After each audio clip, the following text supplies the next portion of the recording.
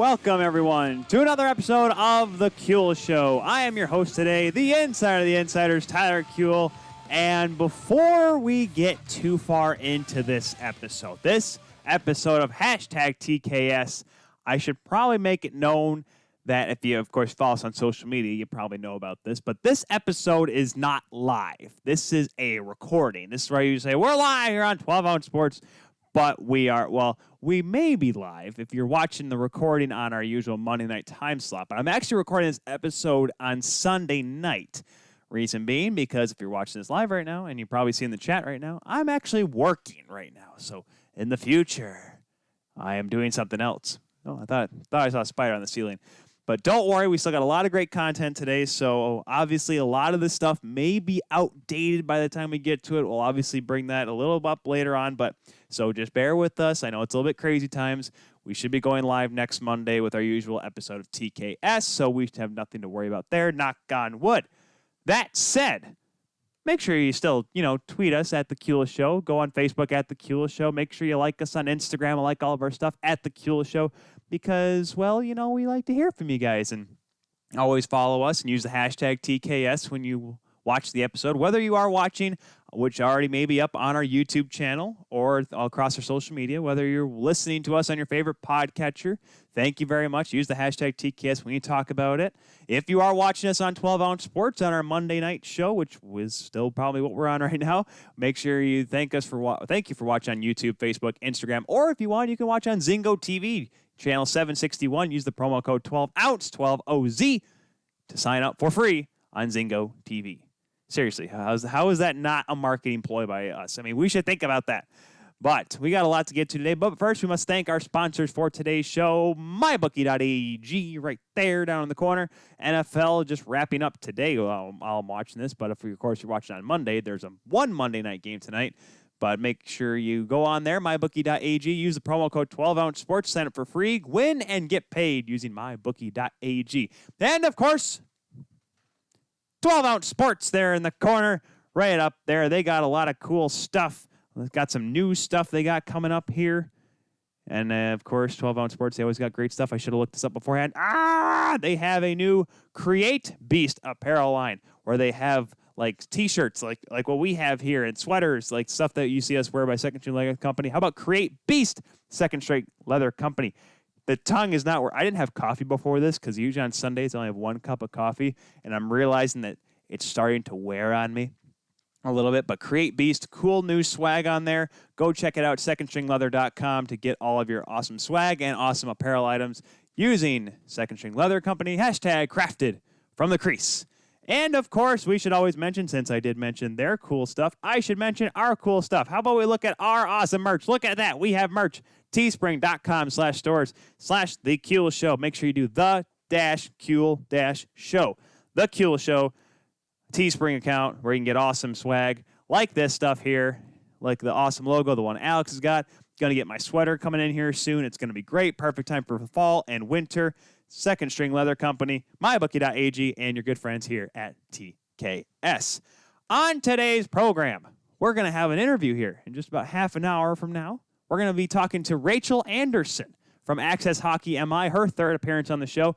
We're going to break down the Red Wings draft picks from this past weekend because, we'd like to hear her thoughts on it because, obviously, Lucas Raymond was a little bit of a surprising pick for us, or at least for me, because I thought, hey, Cole Perfetti sounds like a guy that's going to go for sure. I believe I was 8 for 10 on draft picks, at least in the first 10, the top 10 of the first round the last week. I can say last week now of the NHL draft. And I'm pretty sure I was right on 8 of the guys that were in the top 10. The problem was the order was not correct. I believe I had Alexis Lafreniere right, and no, Marco Rossi wasn't drafted. I was not right at all with where the picks were. Cole Perfetti did make it in the top 10, was drafted by the Winnipeg Jets. And, of course, that was cool on their part because he was drafted by Dale Hawerchuk's late wife, or the late Dale Hawerchuk's wife, excuse me. Got my words mixed up there. All sorts of great stuff in that front. But like I said, we'll talk to Rachel about the Wings picks. And, of course, silly season is at its peak.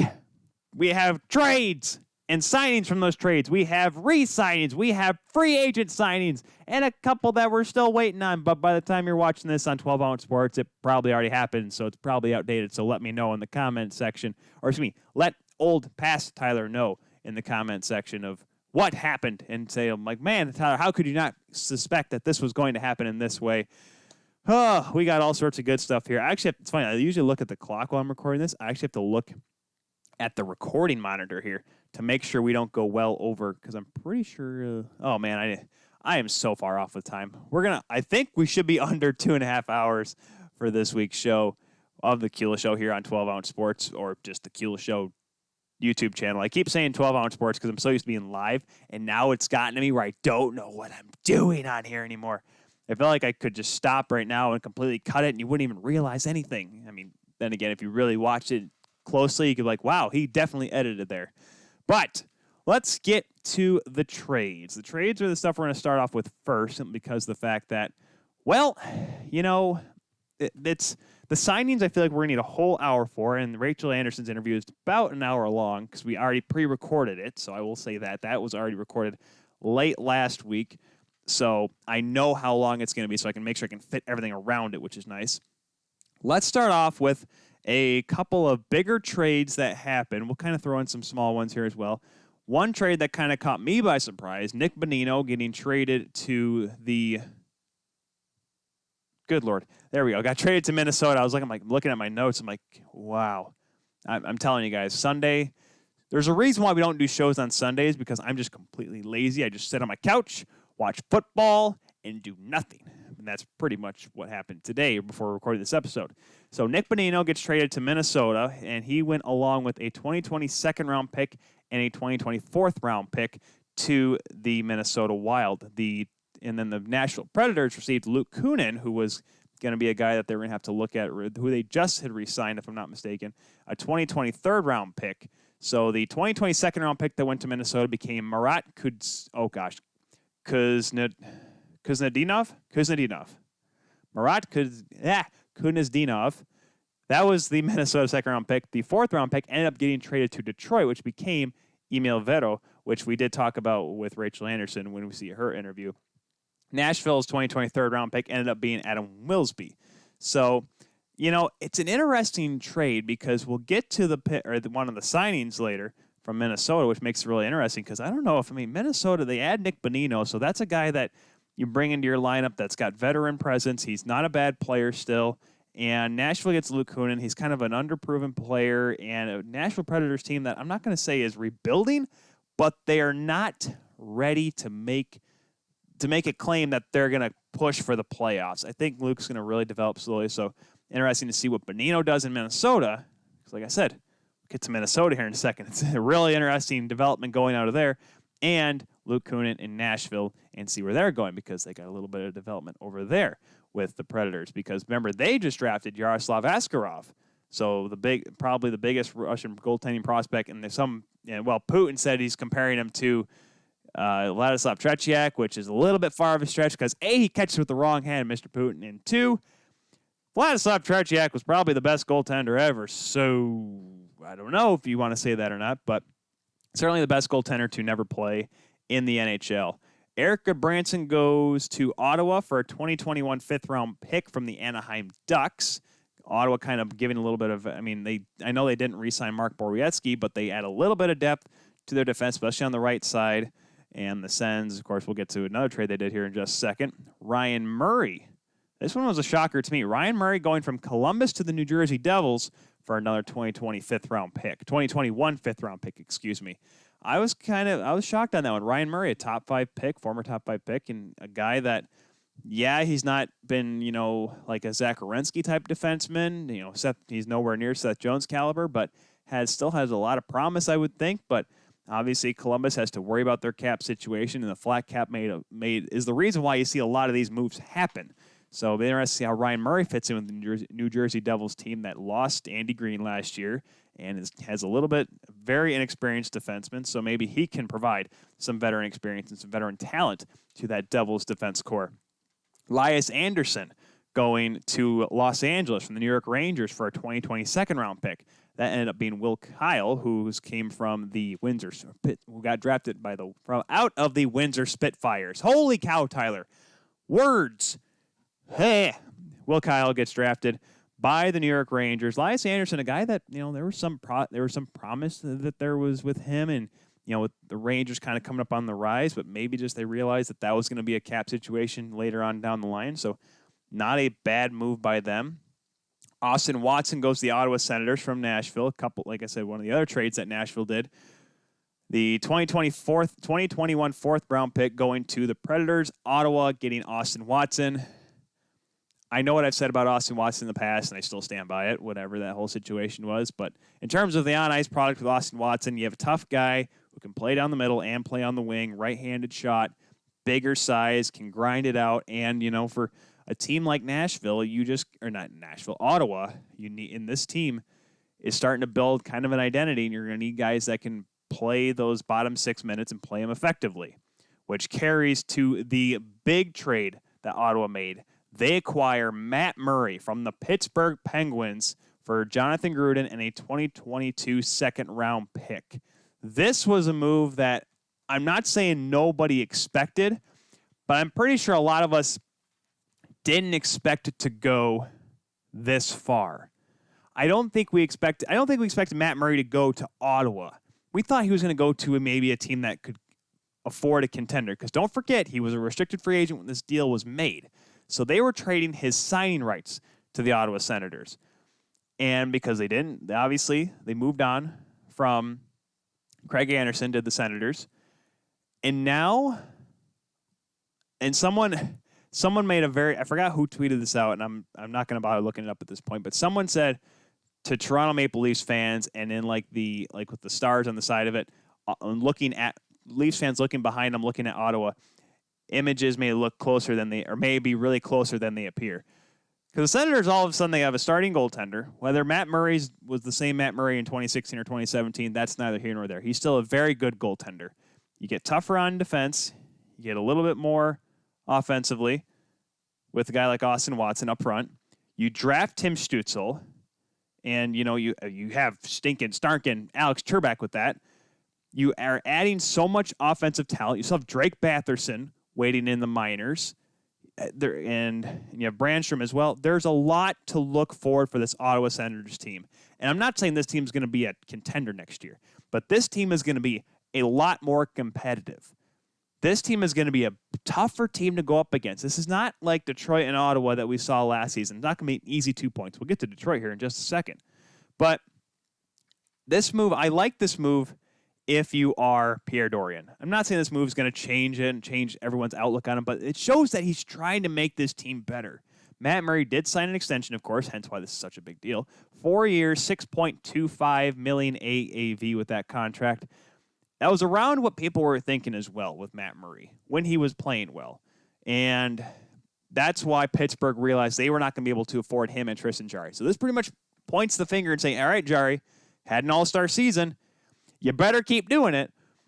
Even though, yes, Jarry was the cheaper of the contracts. And Pittsburgh, I'm not saying they're starting to slow down a little bit, but obviously Jim Rutherford sees something and says, hey, we're not going to be nearly as good as we are. We're still going to be competitive. We'll still be a playoff contender, but clearly we're not going to be willing to spend the big money to go on and be in NHL, to be a Stanley Cup contender. But this makes them look legit. Makes them look legit with a starting goaltender like Matt Murray. Another big contract, or another big trade, was Paul Stastny going back to the Winnipeg Jets. A trade that that was going to be a whole cap situation, I know.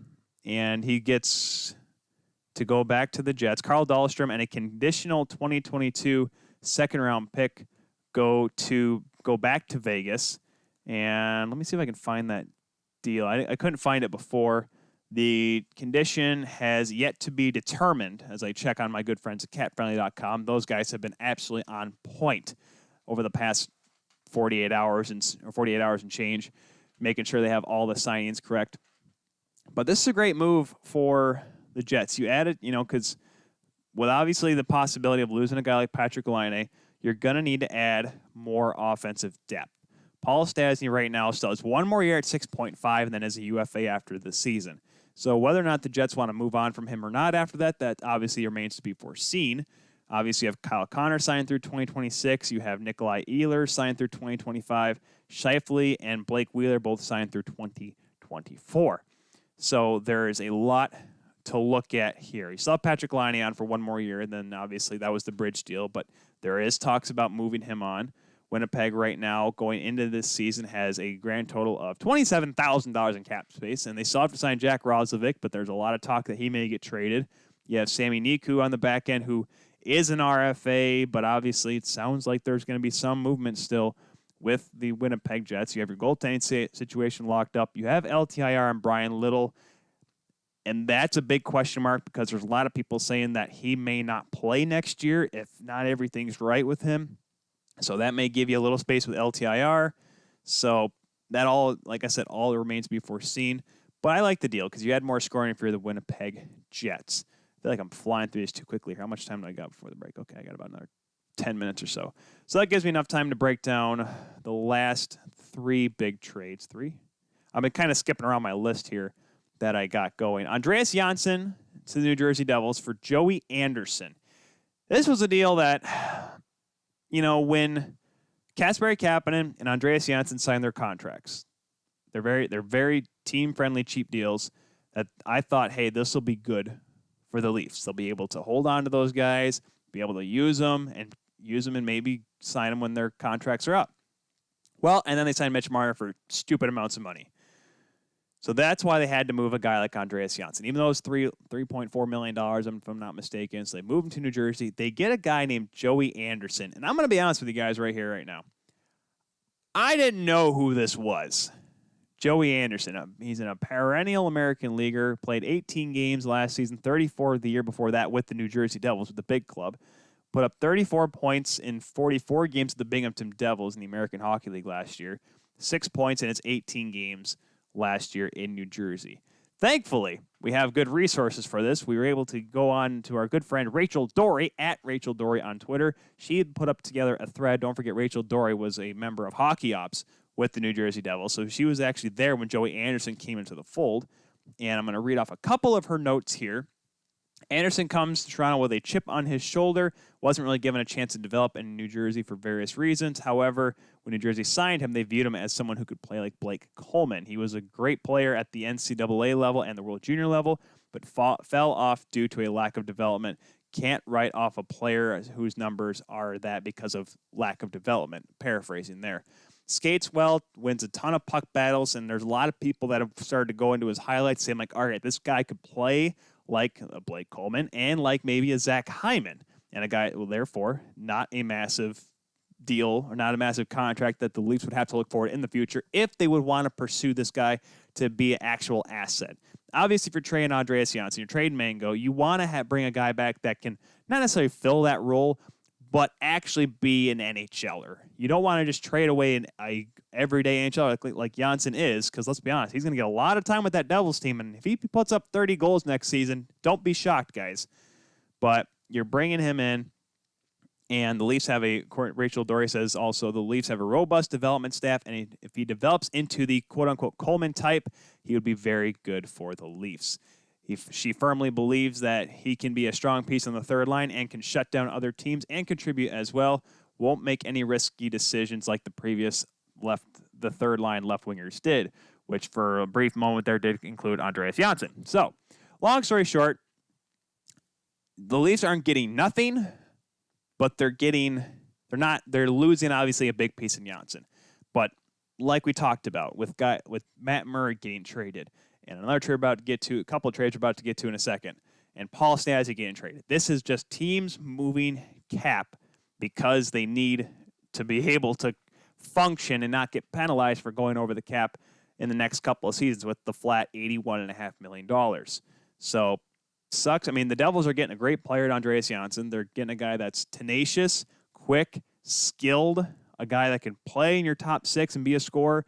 On the same token, can go back down in your bottom six and play tough minutes and play shutdown roles because he's quick He's hard on the puck, and he can be an absolute pest to play if you really want to. That's why I thought him and Kapanen, when they came back up together, I'm like, these guys could be something. These guys could be a real good depth players on the Leafs team. And now Kapanen going to Pittsburgh, he may get some big-time minutes up there with the Penguins. Andreas going to the New Jersey Devils, who have nowhere to go but up. Hey, look at that. He'll get a lot of time himself on the offensive end. Those guys could definitely blossom into some everyday NHLers and everyday NHL scorers with the time that they're going to get. Last two trades we're going to get to. How about this one? Nikita Zadorov going to the Chicago Blackhawks.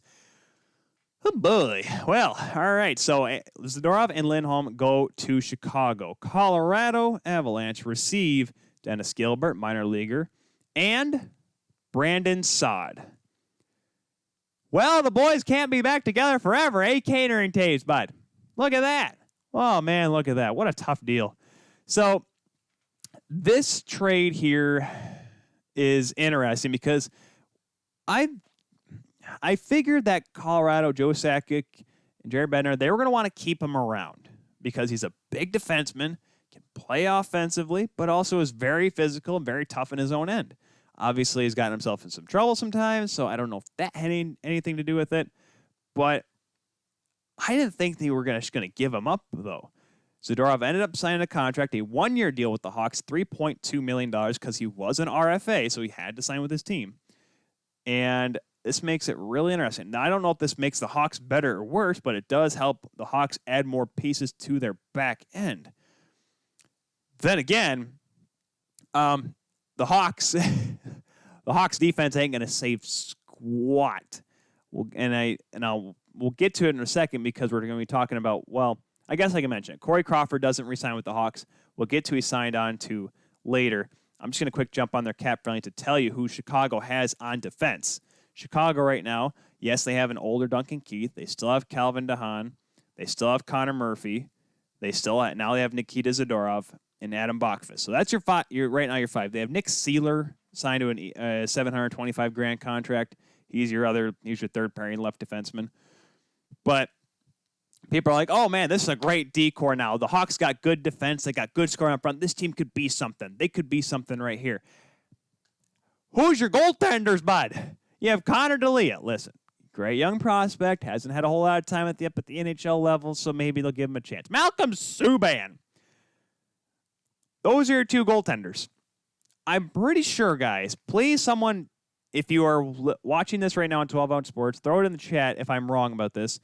$1.85 million between your two starting goaltenders, your two NHL goaltenders.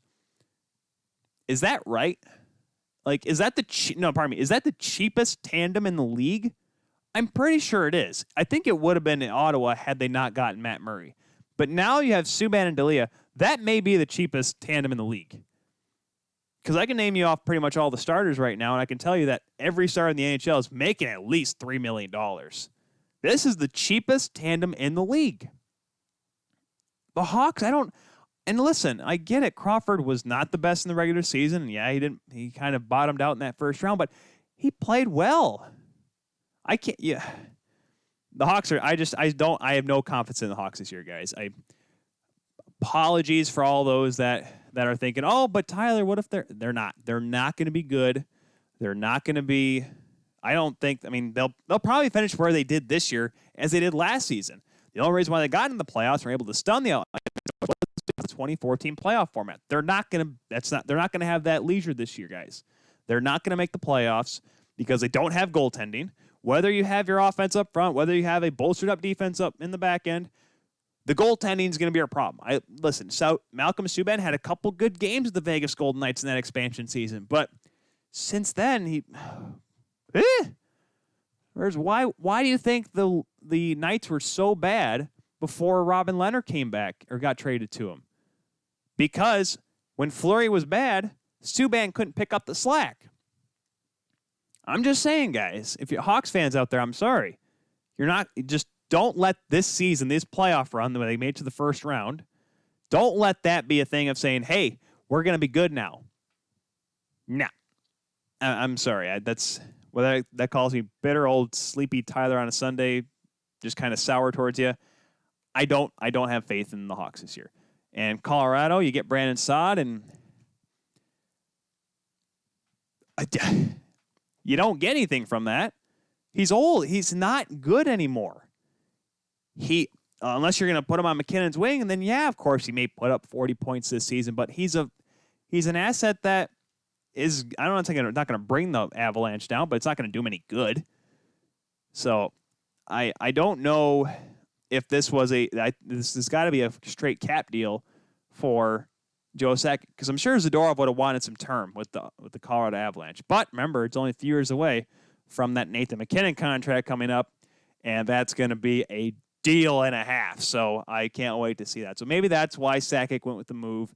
You lose a little bit on the back end, and Zadorov, let's hope he does well. I mean, like I said, he probably only signed a 1-year contract because he's hoping that he can go somewhere else next year. So we'll see how that goes.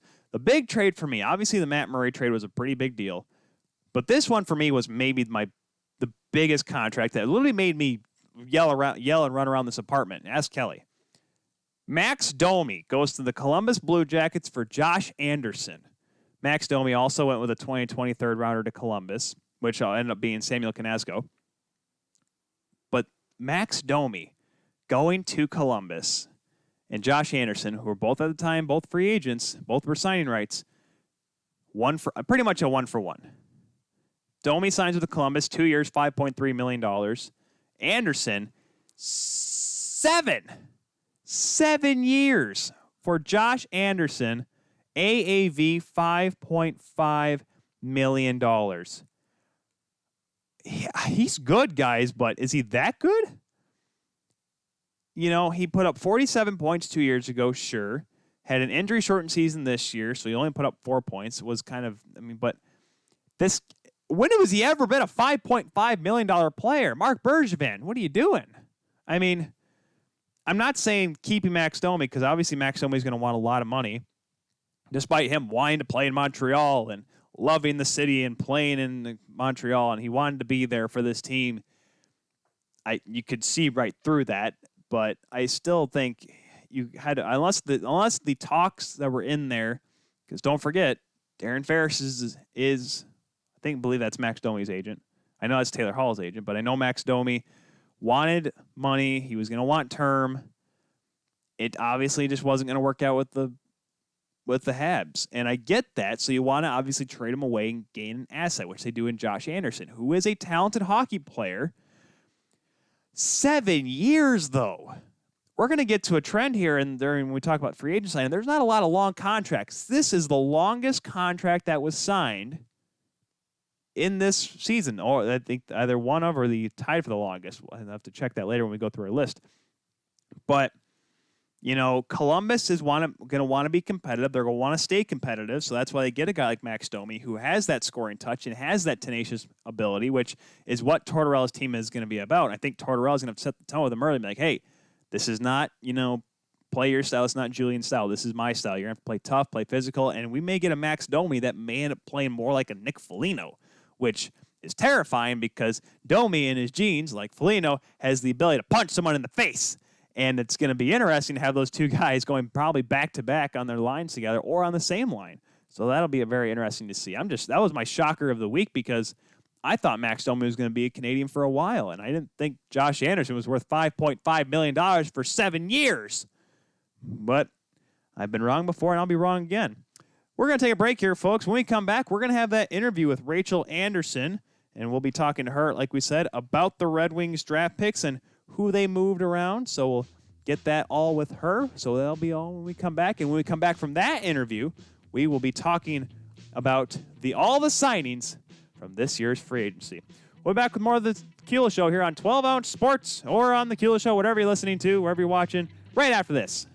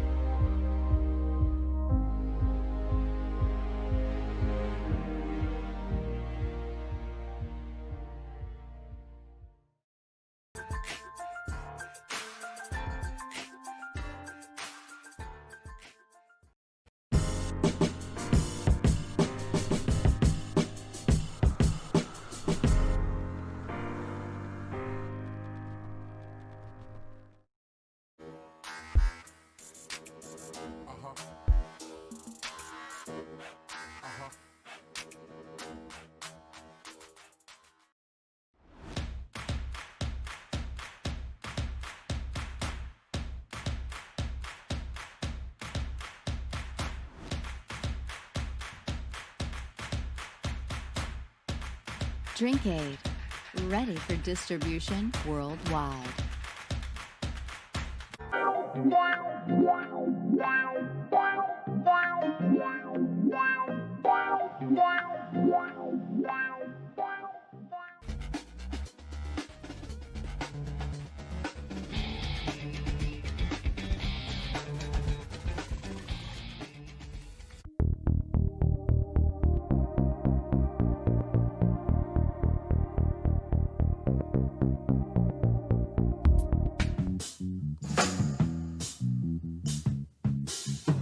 And welcome back, everyone, to the Kuehl Show here on 12-Ounce Sports. Tyler Kuehl back here for you. We're going to get into some more draft talk here, and we're going to get a little team-centric. So with that, for the third time here on the Kuehl Show, well, it's her third time. Her sister, hopefully we'll have her later on because of this dynamic duo of Access HockeyMI.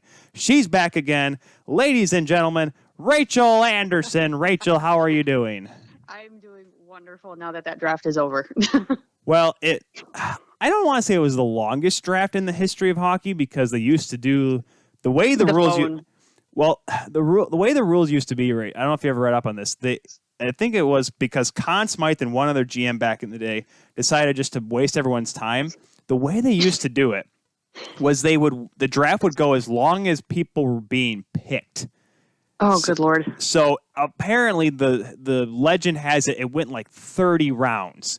And gosh, no thanks. It was Conn Smythe. I don't know if he was with Buffalo at the time or and Conn Smythe and someone else, which is just, it's the most Conn Smythe story I think I've ever heard because he seems like the kind of guy that would do that. So then they put a limit on it. Now it's down to 7, and even that took forever.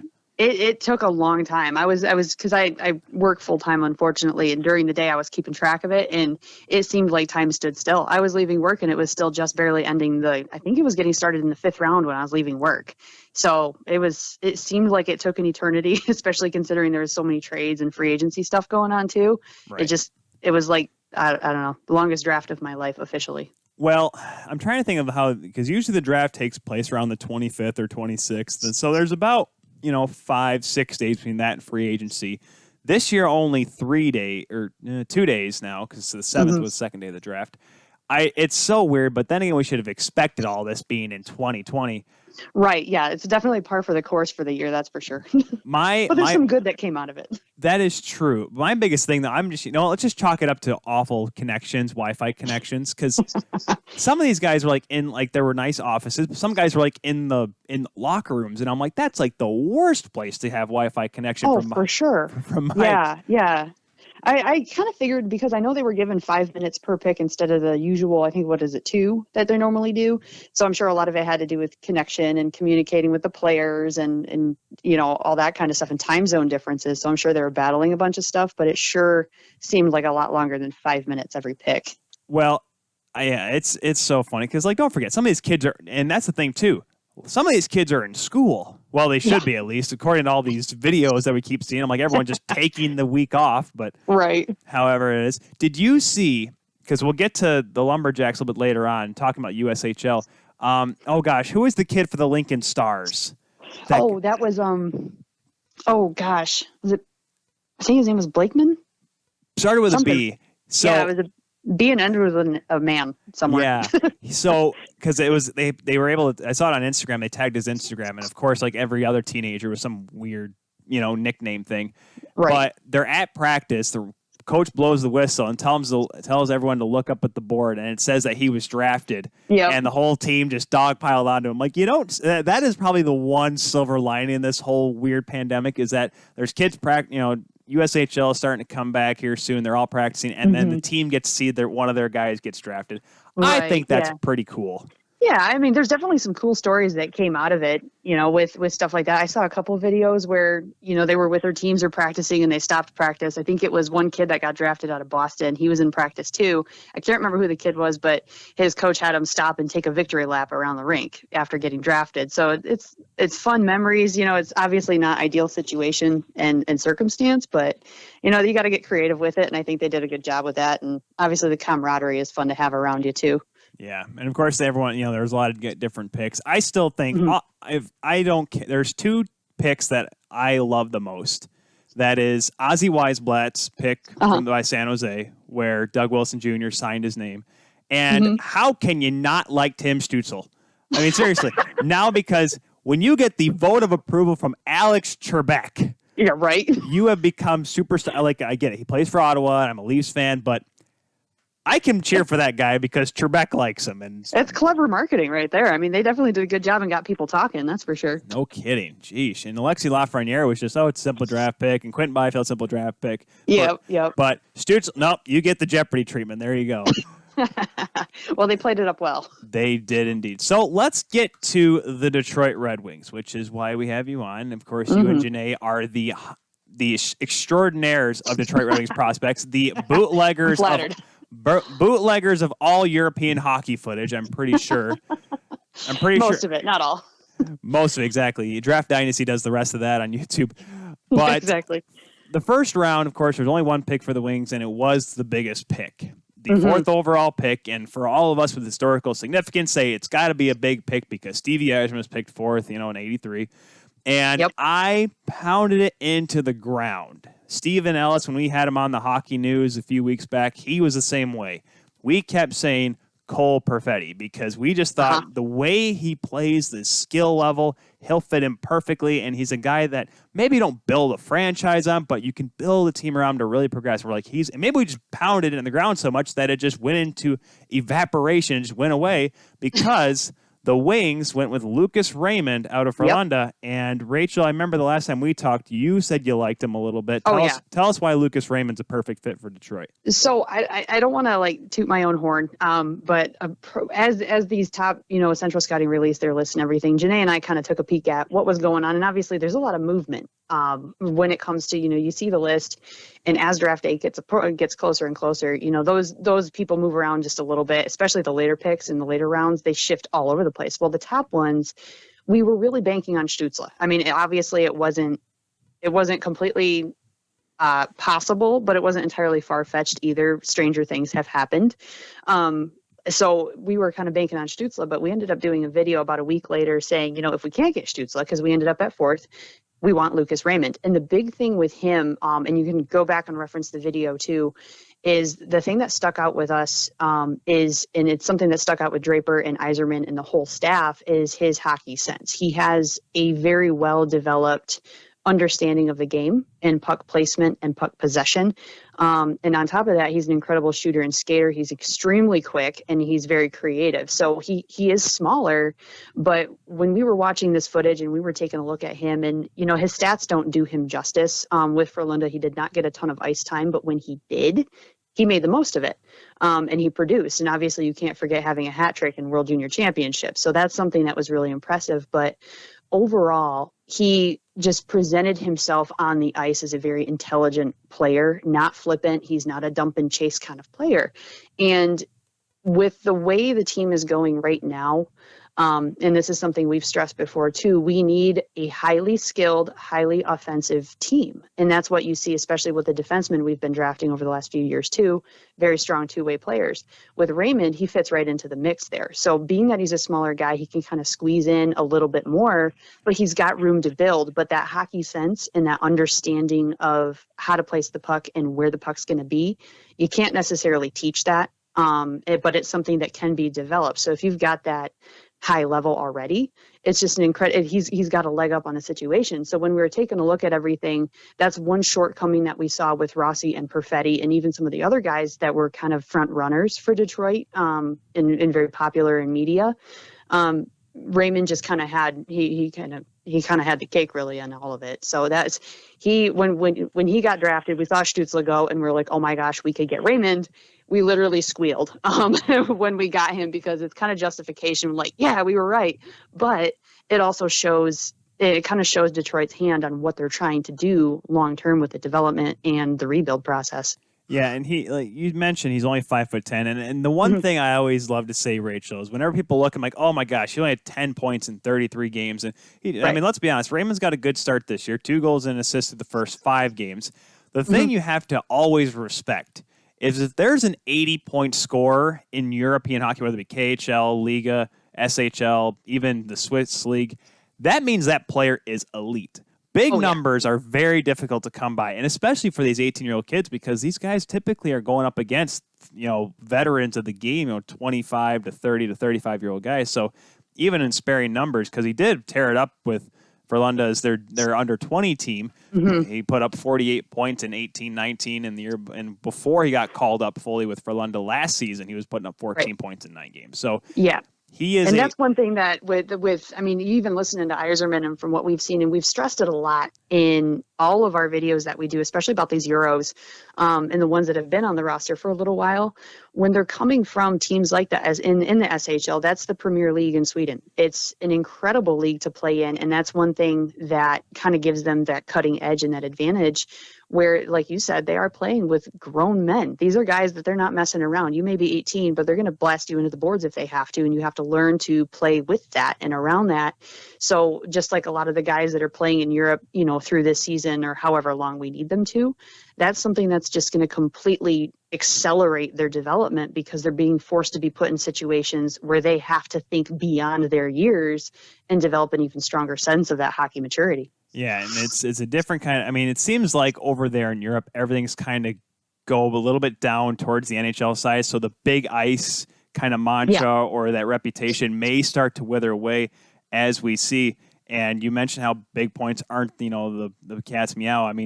Looking back at a guy like Austin Matthews, who played for ZSC Lions in Swiss, he only had 46 points in 36 games. And you think, well, if this player is so good, you should tear that league up. I'm like, it's because you're playing against men. And he was at the time 17 years old. The next guy we're going to talk about was the Wings' first pick in the second round. Their very first pick, the one that I thought had Askarov made it, that would have been their pick. But Nashville's like, we don't need Rene and UC Saros. We're going to get this wrong-handed catching goaltender, which I'm going to test you later on the show. Oh, he's gonna tear it up anyway. Oh, he's going to be terrifying. But let's talk about a guy that, when he's up with the big club in Allsvenskan, I forget how to say the league every single time. Allsvenskan has not scored a goal yet, but that doesn't matter. He is a humongous big man defenseman. I'm not going to give him the comparison to Cronwall yet, but he does have the size, the stature, and that's William Wallinder. Wallinder. Holy cow. Those Euro names, man, they get you. Well, because I know it's not, everyone's like, oh, it's William Wallinder. No, it's not Wallinder. It's Wallinder. It's Wallinder. Yeah. So, but I look at him and once again, thank you. Shout out to Draft Dynasty. I probably said it 3 other times in the show today, because it's great because you see these guys that you don't see often, and you get to watch him, and he puts out great footage. He's not an offensive guy, but he's very quick. And he's got that long reach that really does a good job of negating clean offense or clean zone entries for the opposition. What makes Wallinder a great pickup by Detroit? His skating. That's with his size, the level of skating that he has, especially on the back end, is very well developed already. And we've seen this with like last year, Yzerman drafted a lot of really big guys. Most of them were over 6'2". Most of them were European. So this kid coming in, obviously he kind of fits that mold a little bit, but with him, he's got the advantage of having very good acceleration, very good edges and quick feet. And that's really hard to come by with bigger guys. You see guys like Chara lumbering around the ice, just struggle busing their whole way. And he's an ugly skater. But with Wallinder, he's very precise in that, and with his acceleration too, that's what makes him such a good pick too, because he's got already a bit of a two-way style, but with his skating ability, he can easily get developed into joining rushes a little bit more, kind of expanding that offensive edge a little bit more, and then being able to quickly get back into his zone and get on the defense and kind of be a little bit more of a, they want to make him a little bit more two-way. That's what they want to see him develop as. They kind of compared him initially in Steve Yzerman's press conference. They compared him to Seider. Seider is already kind of way ahead of everybody, but they're hoping he kind of develops a similar game where he is aggressive along the boards, but he can get to the puck quickly too. So obviously his size is a big bonus, but his skating is going to, I think, really propel him probably a little bit quicker than most expect. Yeah, I watch him because it's so important, because you see, and this is why I'm so glad that Steve Yzerman didn't pick Jamie Drysdale, because yes, Drysdale, right-handed defenseman, great, offensive gifted, great. Listen, the Leafs have Tyson Barrie, hasn't worked out. Did not work out at all, okay? It worked out in Colorado because the Pacific Division and the Central Division are just kind of funky-dory over there with their defensemen. But it's easier on ice, say, for prospects. If you can find a defenseman that puts up 60, 70 points, awesome. That's great.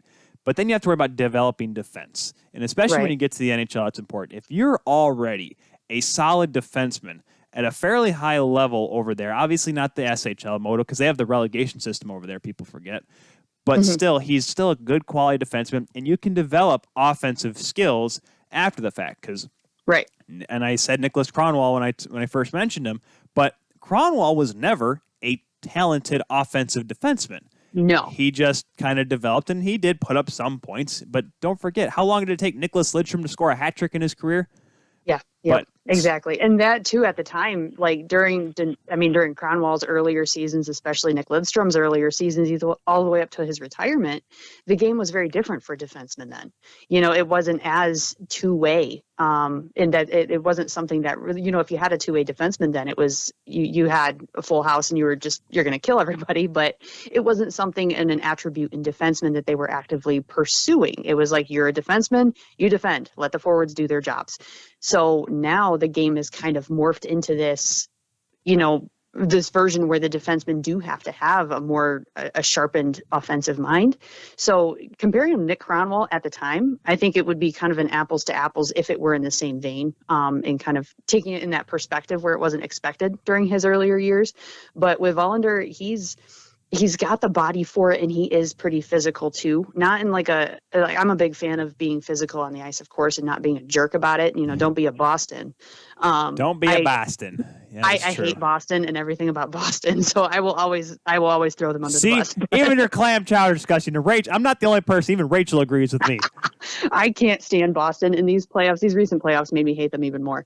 But with that, he knows how to possess his area and possess the puck, but also, get on that rush. And defensemen developing that type of skill is possible, but it's really hard to do if they are stuck in that one-way track, that defense only kind of mindset.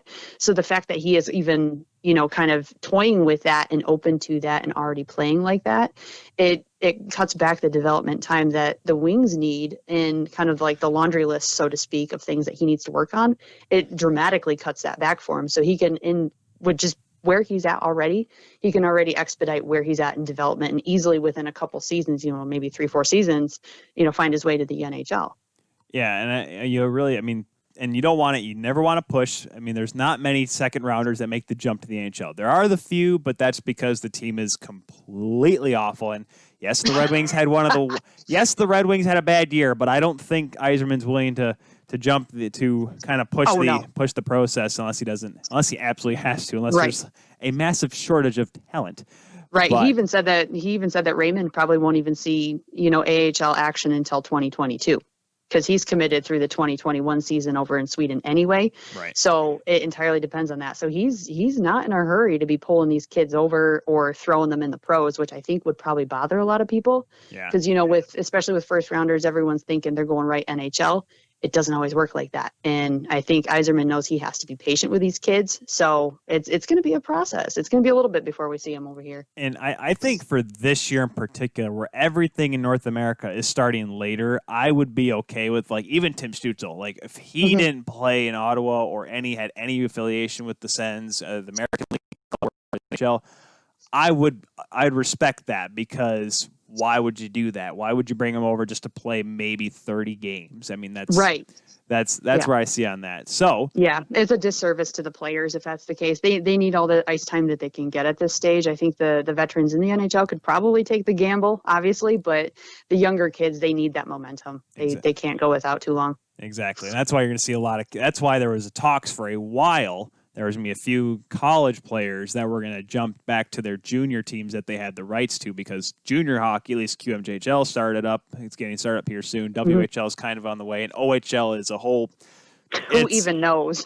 I don't know. I mentioned it last week about the whole non-checking and crowd, and I'm just like, Oh, It's just going to be bubble hockey, and no one's going to want to watch that. And I mean bubble hockey like Bubble Boy, not like isolated arenas. bubble. No. Bubble. Oh, you mean bubble boy hockey? I mean, oh my gosh, that'd be cool. The rod hockey. That would be hilarious to watch, but it would get old after a while. Here we go. We got a big matchup here representing the Detroit Red Wings. We have Bubble Boy hockey.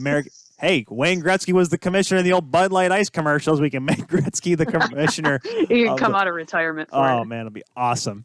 The next guy they picked in the second round, they had Theodore Niederbach, and this guy is kind of in the same, actually almost maybe playing with Lucas Raymond here in a little bit with Frölunda. He plays with the U20 team right now, but the way he's been playing this year, it's seeming like he may get called up with the big club. 49 games in total the last couple seasons with the U20 team. He's put up 63 points so far this season. He's put up 3 goals, 12 assists for 15 points in 9 games. Rachel, what makes Mr. Niederbach a great pick by the Wings? Well, if the points weren't impressive so far, obviously he's a production guy. He knows how to score. He knows how to do his job. And he's also on the bigger end of things, which is nice because he's filling that center slot. And the Wings, obviously this season we're kind of struggling filling a center with someone strong. But we've got quite a few guys coming up through the AHL. So with Niederbach, once he is ready to make that jump to the North American leagues, he will be able to fill a center slot and develop pretty quickly. And the biggest thing with him, besides his point production, is he is pretty creative too. He's got an interesting perspective on how he places plays and how he kind of fills that center slot. And it's a huge responsibility. It's a huge role. You have to be creative.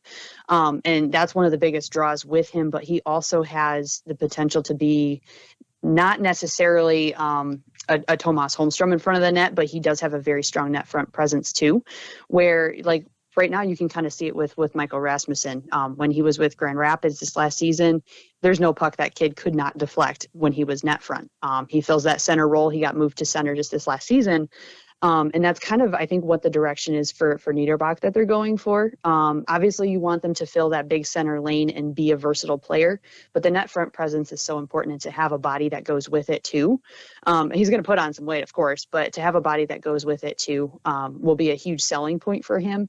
And I know there's a lot of speculation around him because, yeah, obviously he's doing pretty well right now, but he was coming back from injury. And so there was a lot of like scratching of the head, like, oh, can you do it? He's already been struggling with injury.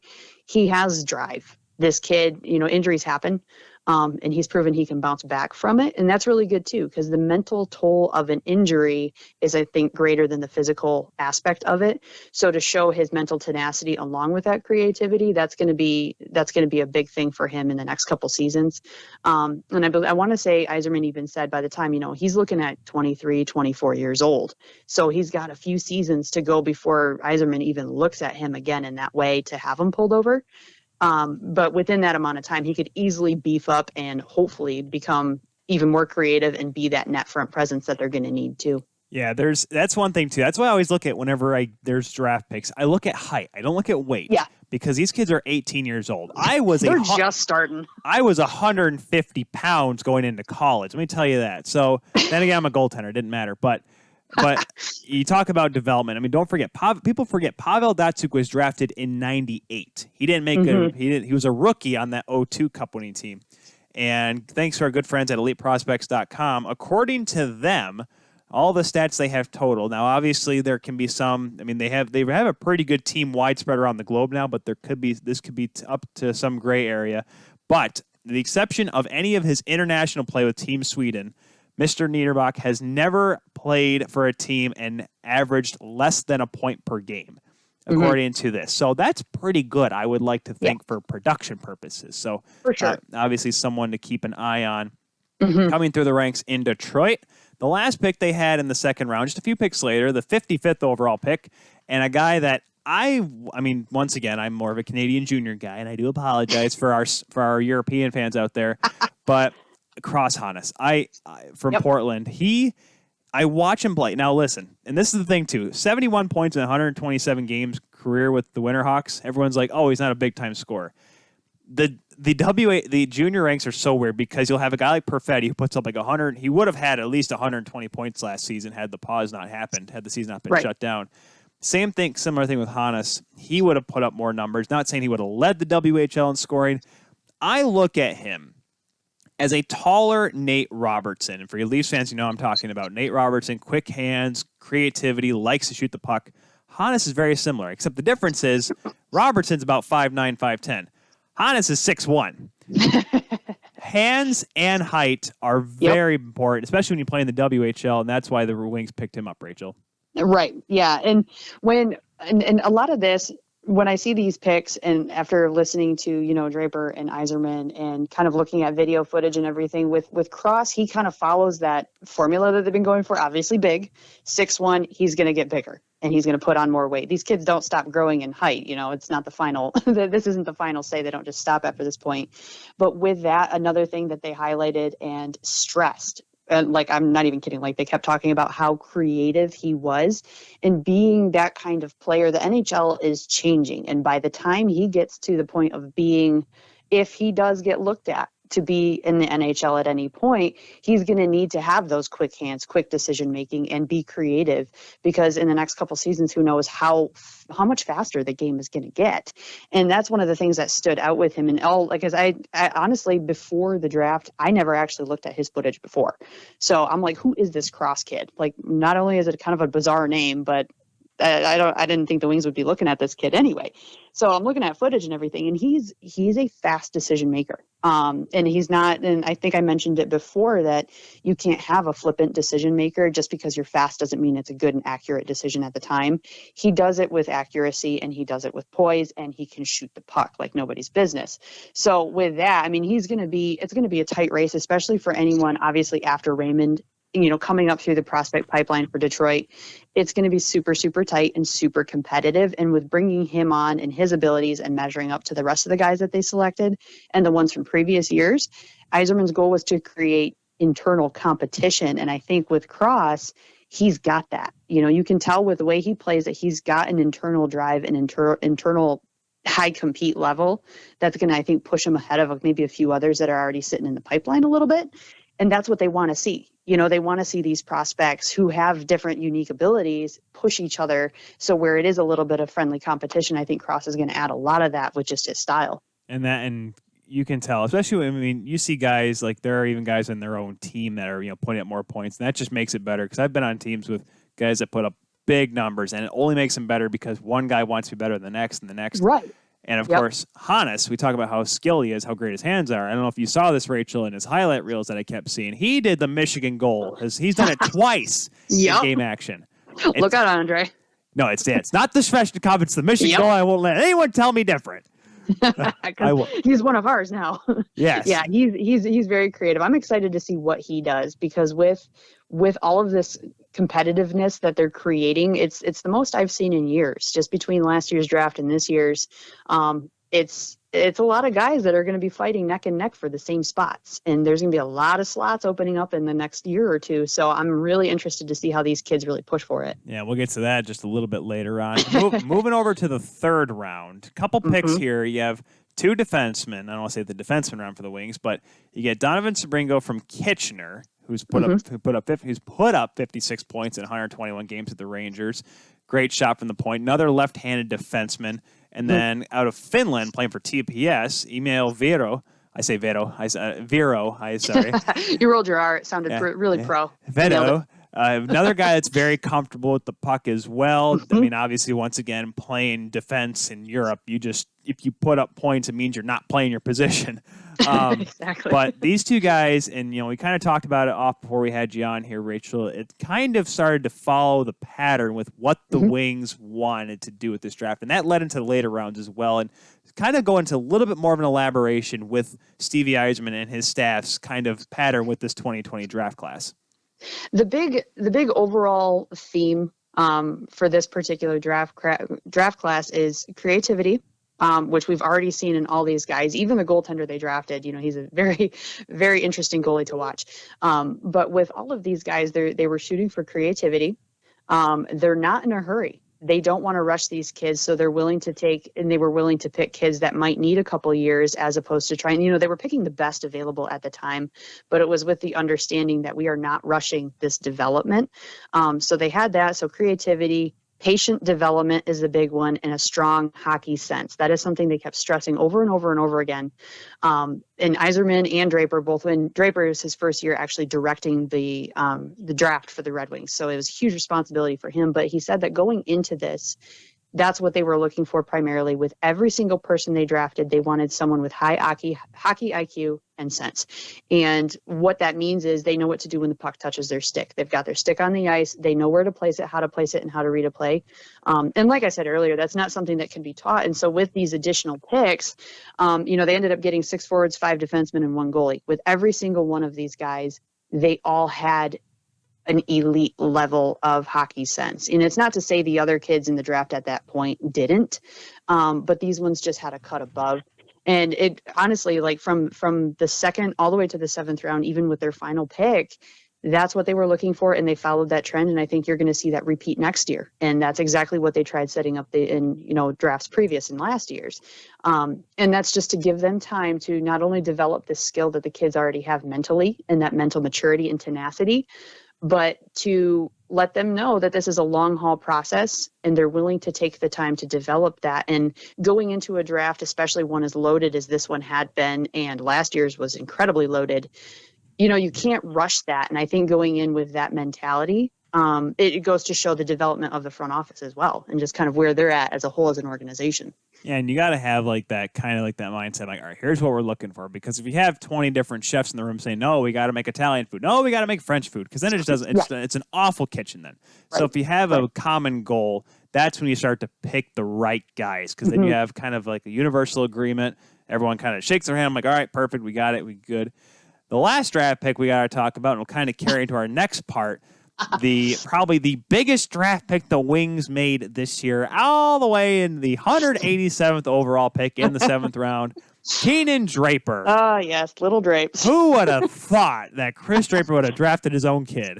Right, and I gotta say, I was scratching my head a little bit on that one, because the last time I saw Keenan play, he had a short stint with the Muskegon Lumberjacks, and I remember seeing him, and I'm like, that kid's a run. And it's a Draper, and I have to respect that because I love Chris, and he's a great person, and he's a legend. So I was like, all right, I'll give the kid a chance. He did really well, honestly. Keenan, I want to say, and he only had, I think, 6 games with Muskegon, but he had 3 points, and he had a couple points in those games. So he did produce, but between then, I think that was, 2 seasons ago, maybe 2 or 3 seasons, till now, he's grown to 6'2". The kid lives at the gym, and he's a workhorse. So obviously having the last name Draper kind of raised a lot of questions, like, oh, is Chris drafting his own son out of sentimentality? But when it all comes down to it, it's his job on the line.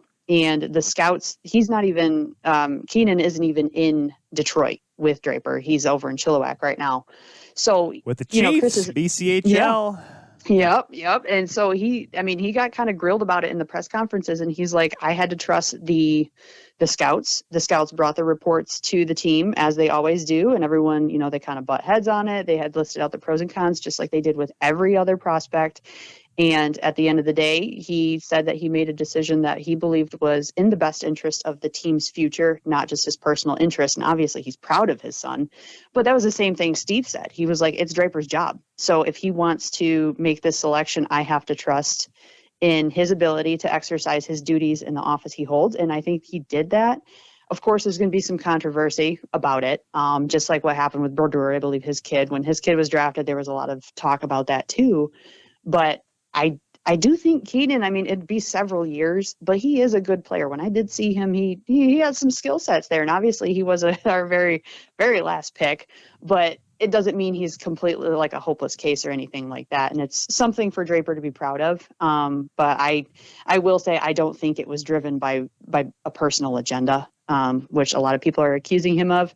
Granted, I love Draper. He's a fantastic man. And so I would never speak ill of him, but I do think he does hold the organization's future in a lot higher standing than his own personal agenda.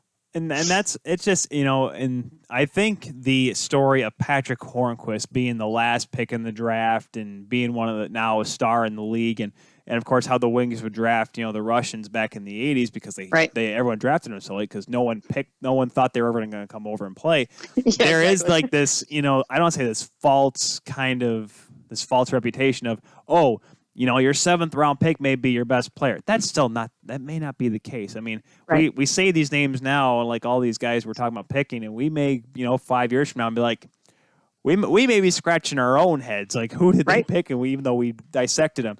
Talking about Draper, he is committed to Miami University, the Red Hawks. So obviously he's going to probably go through college there, where you and it's funny because as much as I love junior hockey in Canada, because very skilled, the best junior hockey in the world. I love the way some players that come out of college because the difference between having an 18-year-old like Connor McDavid come up or an Austin Matthews come out of junior hockey as an 18-year-old. Yes, they're talented. Yes, they're skilled, but they're still kids. These guys that come out of 4-year or even 3 years of college, i.e. Cale Makar, they can go right in the NHL because at that point they're 22, 23, 24 years old, men and ready to go. So if Keenan Draper is able to, make it through, play a good year with Chilliwack and have a good career collegiately with the Miami Redhawks, by the time he does want to jump to the professional level, whether that be with Detroit or if he signs somewhere else, you never know what happens with signing rights. Adam Fox, for one, still. Yeah, exactly. And remember Jimmy Vesey? Yeah, that guy was great, wasn't he? But Keenan Draper, I mean, he'll be ready by the time physically. Obviously, from now until then, hindsight's 2020. We won't know what's going to happen. But never count the kid out. And if you're harping on a 7th round pick. I mean, is that the worst thing in the world? But, right. Yeah, and I think that's kind of I mean everything I've seen on social media since then. I mean, I'm a faithful Detroit fan. I trust the rebuild. I trust the staff and everything. But with that pick, I don't think there was anything. There's nothing to be ashamed of for Keenan. Out of just getting selected in the draft, regardless of what round, it's an honor because you were picked out of hundreds. And I mean, if you want to think about it on a global scale, thousands of very eligible and very talented players to even remotely make the list. So I don't want to be guilty of undermining the selection. Even if it's a late 7th round, even if you're the dead last pick in the draft, you made it. That's one step closer to reaching that goal. So I think that's one thing that kind of drives me a little crazy about these later rounds. Some of them I had been seeing on social media where people are just kind of writing these kids off. It's like, well, they could surprise you. I've been surprised numerous times by really late picks just completely blowing my mind, maybe even at the AHL level, which there's nothing to say. I have nothing bad to say about that, but still, obviously, it's not NHL, which is the ultimate goal. But even then, I see these guys play, years from now, and I'm like, wait a second, you were a late 7th round pick? Like, you're incredible. What have you been doing in the meantime?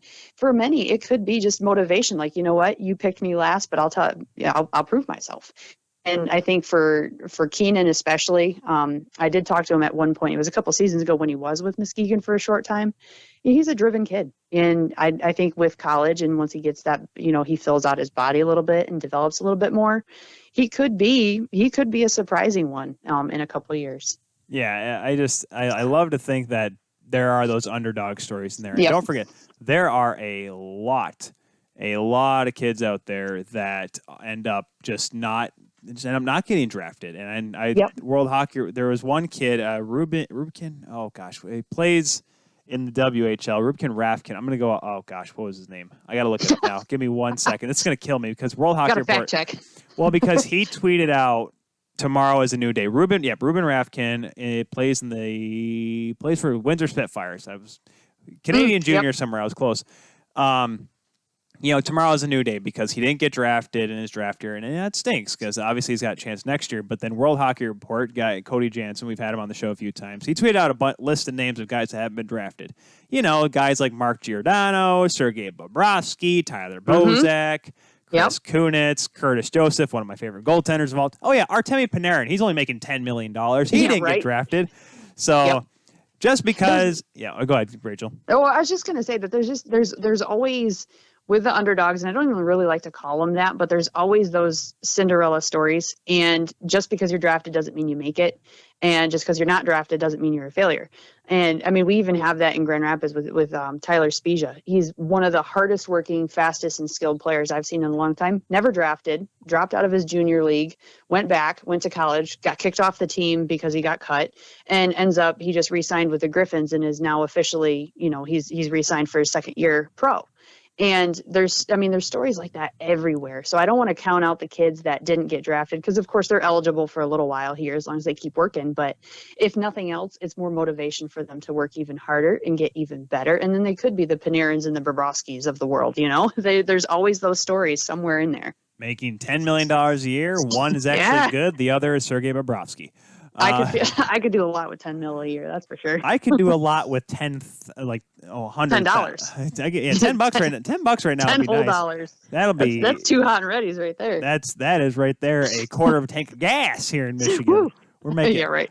Oh gosh, but so we'll get to a little bit more Detroit here in just a little bit later on. But let's talk about Keenan Draper. Only a short time with the Lumberjacks, but let's talk about the other Muskegon Lumberjacks.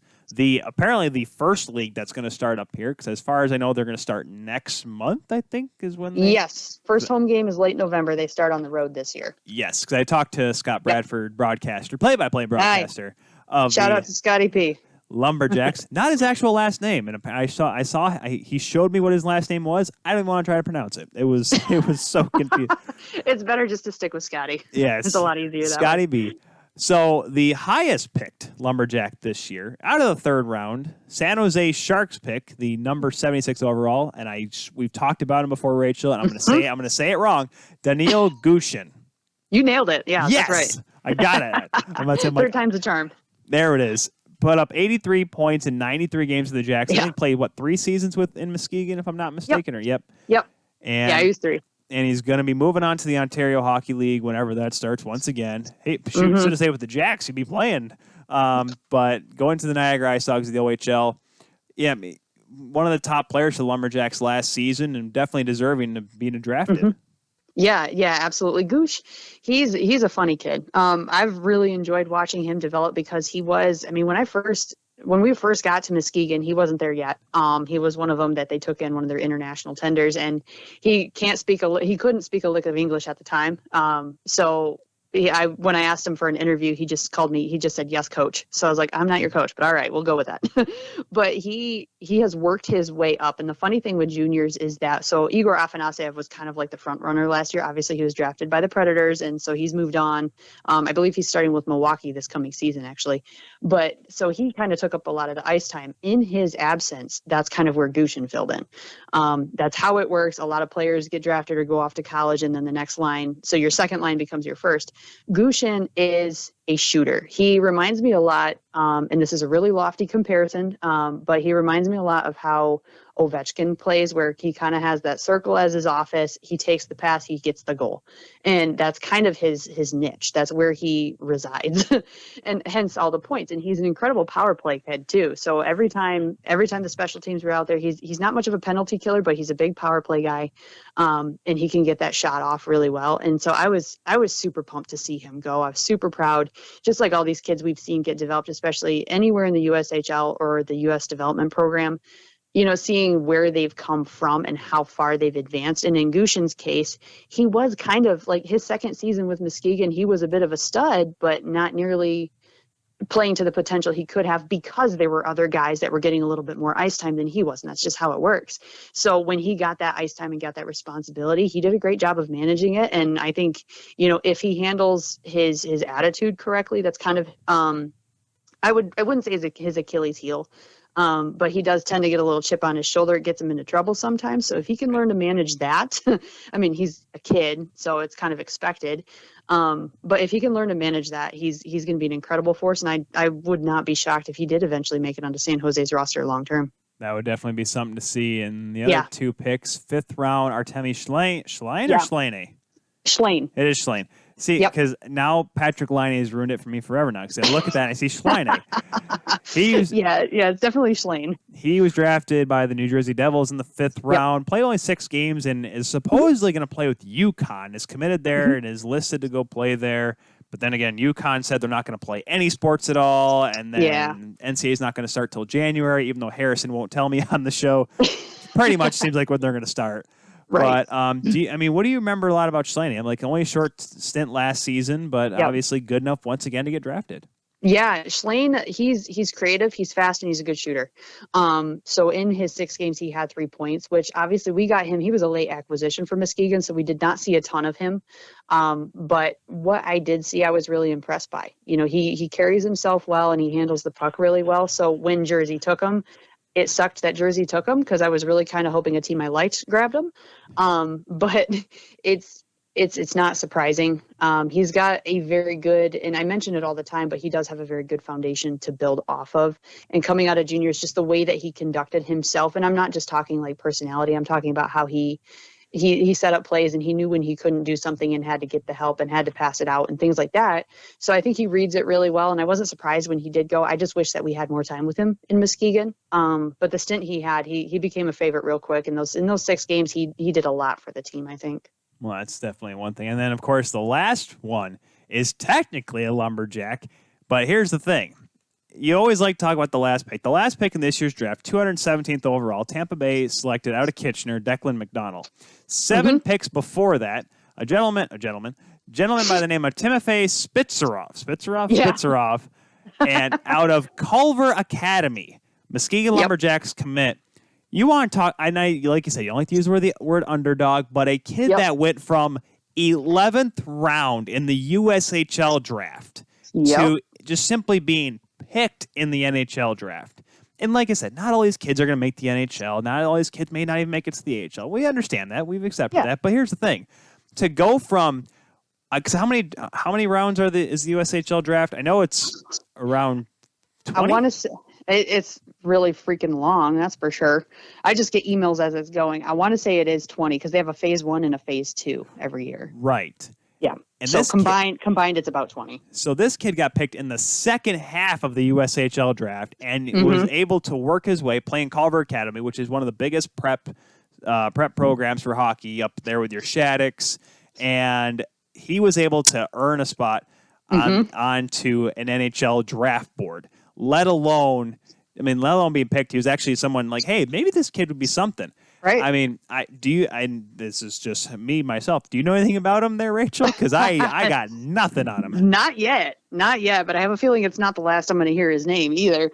But, I mean, honestly, if you can work your way up like that, it's no wonder he got picked, because it shows an incredible tenacity and work ethic. So I think he's not going to be one that's going to let people sleep on him. That's for sure. So I'm excited. I don't know too much about him, or if anything, so I'm really excited to get to know him a little bit and to really see how this all pans out. If it works out for that kid, if he ever does somehow watch this episode of the Kuehl Show here on 12 Ounce Sports, he is in the same class as Yegor Chinnikov on guys that we have no idea who they are. Right. Hopefully, we don't know who you are, but he's going to make sure we know, I'm sure. Exactly. So before we let you go here, Rachel, I was going to try to get this off the top, but we were so right into the draft. I got to ask the first question I got to ask. We talked about Muskegon and Detroit, a guy that's from Muskegon, played for Detroit. Well, played, emphasis on the past tense. Justin Abdelkader is bought out by the Red Wings, and it was on the downslide towards his career. What is your take on Abdelkader getting bought out? I think it's a long time coming. It was a smart move by Stevie. And I want to say Janae and I actually did a video about this. Oh gosh, I want to say it was back in like June, maybe even earlier than that. Abdelkader's contract was a heavy one, and obviously he wasn't producing. Something changed with his game. I don't know what it is. Maybe it was just the threat of the younger players coming up he didn't handle well, and so he ended up kind of pumping the brakes or slamming the brakes really on his production. His head wasn't in it. And so I think finding a way to unload that heavy contract with as little expense to the team as possible, and obviously getting bought out, there's still an expense to the team. We still have to pay a portion of it. But it's not nearly as much as what we had to.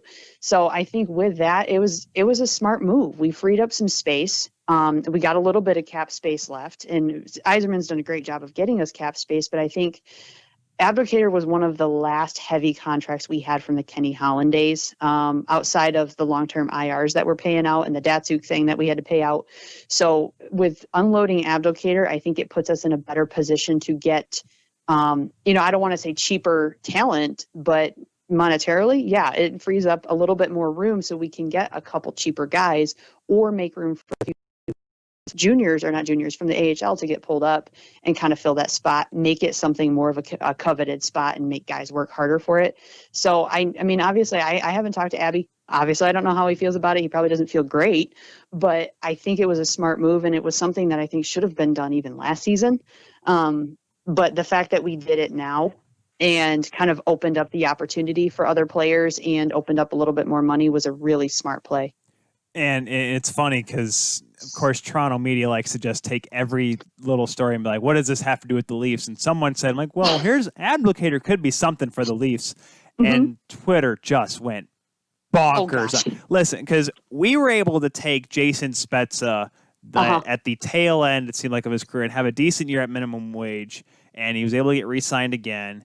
And I heard the rumors of Bobby Ryan possibly getting signed. I'm like, okay, that won't be bad because he's still got skill. Yeah. Just an Abdelkader. It's funny because on that one, huh? The guy literally put in the comment below, his own comment said, "Remember, guys, I said something. I didn't say if it was going to be good or bad." It just was something. Yeah. With that, I mean, with Jimmy Howard stepping back, which thank God he did. I was really hoping he would do that voluntarily, and unloading Abby. It's just something I think the team needed to do. We can't have these really long-term, heavy contracts. They're expensive. And 9 times out of 10, guys who are signed to 6 to 8 years aren't going to be able to produce at the same level every single season, and especially as you get younger guys moving up, you don't really want to put yourself in a position where you're in a financial and contractual chokehold and you can't move guys that need to be moved and are ready to be moved. Yzerman even said, he fully expects Zadina to get a full-time roster spot this coming season. He was really happy with him. He's probably full-time NHL now officially. So there's one. There's a couple others that he had mentioned that he's looking to put up there. And so I think especially with free agency being the monster that it is, I think you're going to see a lot more stuff like that, and not necessarily buyouts, but a lot of moves and putting guys on waivers that, we don't need to hold on to anymore. If they're not producing, let them go. And Yzerman's plan from the get-go has been short-term contracts, see where they go. If they work, sign them for another year. And you saw that with Dom Turgeon, Turner Elson, and several others. They got signed for maybe 1 or 2 seasons, and that's it. And that's all he wants to commit to until the team is in a position where he can see it working long term. So kind of unloading this stuff. And Kenny Holland was big into that too. He was really big into the long contracts, secure them as long as possible. And I think though we had a ton of draft picks off of a lot of the moves we did during the Holland era, the long contracts kind of screwed us over outside of the draft. And so I think moves like this will kind of free up a lot of that space. And Yzerman even said, there's 3 guys that they're not qualifying. So like Christopher N., he's not qualified. Madison Bowie, I think it was Brendan Perlini, they're not qualifying those guys either. So they're looking to make quite a few moves in hopes, I think, of pulling up at least 5 guys from Grand Rapids once they're eligible. So that's a good sign for the development and the future of the team. And I think moving guys like Abby, it's just, I don't want to call him a relic, but he is kind of a representation of what our development used to be, not what it's going to be in the future. And I think it's a harsh way of putting it, but I think that's kind of what Yzerman's going for. Yeah, that it is a bummer because my theme with Justin Abdelkader was he was worth over $4 million when he was on the wing of Pavel Datsyuk and Henrik Zetterberg. That was always Yep. That was my thing, and I was just like, man, I'm like, as soon as they were done, I'm like, who's he got? Larkin's there, but he was able to work with guys like Datsyuk because Datsyuk could just throw the puck into an area and somehow it bounced off Abdelkader's leg and go in the back of the net. Yep, exactly. And Abby too, at the time, he had a little bit more tenacity. He was the fighter. He was the guy hammer punching somebody in front of the net, and he was the gritty kind of representative of the grind line days too. But over the seasons, that just seems to kind of have faded. And it's nothing against him, honestly. As a person, as a player, I think he still has a bit of potential, just not where the team is going. Yeah, I wonder where he's going to go. There's still a lot of old guys out there that'll be looking for contracts. Oh, yeah. It'll be interesting how free agency all pans out. But I want to thank you, Rachel, once again for coming on for the 3rd time. Be sure to follow Rachel and Access Hockey at Access HockeyMI on the tweeters. You can follow Rachel on the Instagram, Rachel Elaine Anderson. Catch Access Hockey every week when they post their awesome prospect videos on YouTube and maybe a podcast. Who knows? There's so much content to talk about. Maybe. I know. I'll just throw the big fat maybe in there. It is a big fat maybe, but hey, if the fans want it, we'll see what we can do. Give the people what they want. We'll give the people what they want. All right, Rachel. Thanks again. We're definitely going to talk, obviously, with the USHL starting first. We may be talking about that because that's maybe all we're going to have to talk about for a month or so. Hey, I'm not complaining. But we will definitely talk with you soon. Hopefully next time we can get Janae on. She was a blast the first time we had her on. We're going to step aside, folks. When we come back, we'll have more of the Kuehl Show here on 12 Ounce Sports. We'll be back right after this.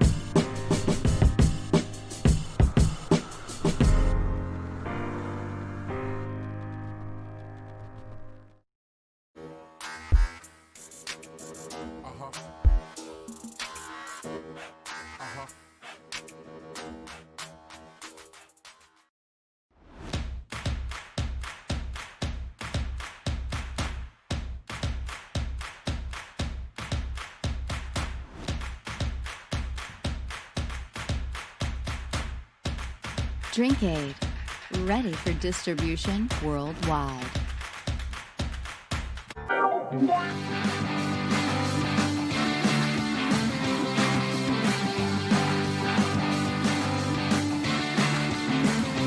And welcome back, everyone, to the Kuehl Show here on 12 Ounce Sports or wherever you're watching us here. If you're watching, obviously, the replay, because this one is not live this week.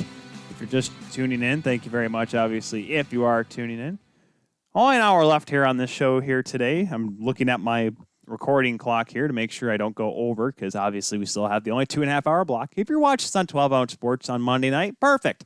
Be sure to stay tuned for Talking Miners with the Rando. I'm sure he'll have all good stuff, the recap of the week of the NFL and all the other stuff, because I don't know what he's going to talk about yet, because he hasn't probably determined what he's going to talk about yet, because he usually tells me on Monday. So, oh boy. I'm looking at Twitter right now, and, makes it a little interesting, because possibly, and of course, once again, if you're watching this on Monday, you're totally probably like, of course we know this, Tyler. There's possible confirmation of, well, there's no confirmation yet, but rumblings of Taylor Hall going to the Buffalo Sabres. Interesting, because I didn't think Buffalo was going to do anything this year. I mean, they made a couple of signings, which we'll get to in a moment, but Darren Dreger confirms it. Pierre LeBrun, who also says he would never have guessed the Sabres. Elliot Friedman, Chris Johnson, all of my guys. Fried didn't text me. Fried has been a little busy this week, okay? I haven't expected any texts or phone calls from him. His phones are getting blown up enough as it is. He doesn't need me annoying him with my calls. But let's get to the re-signings first. Let's get to all these guys that are going to stay with their teams, because obviously there was some, wow, I'm surprised he stayed with the team, or I'm surprised they kept this guy, which there's a couple, especially with Edmonton. But let's get to these guys here. We had first, and with both the re-signings and the free agent signings, like we usually do here on the Kuehl Show around this time, we're going to go in alphabetical order of the team names. So the first one, and these are only there's obviously more signings, a lot of minor league signings, but these are the notable ones. The first one, we're starting with shockingly enough, the Buffalo Sabres. They re-signed Brandon Montour to a 1-year deal, $3.85 million. Not a bad contract. I mean, and not a bad player either. Montour, who, on the back end, it's only a 1-year deal. He's a UFA after this year. He put up 18 points last season, put up 25 the year before that with Anaheim, or actually put up 35 last season in the 18-19 season, with both Anaheim before being traded to Buffalo, put up 32 points in 17-18 season in his first full season in the NHL.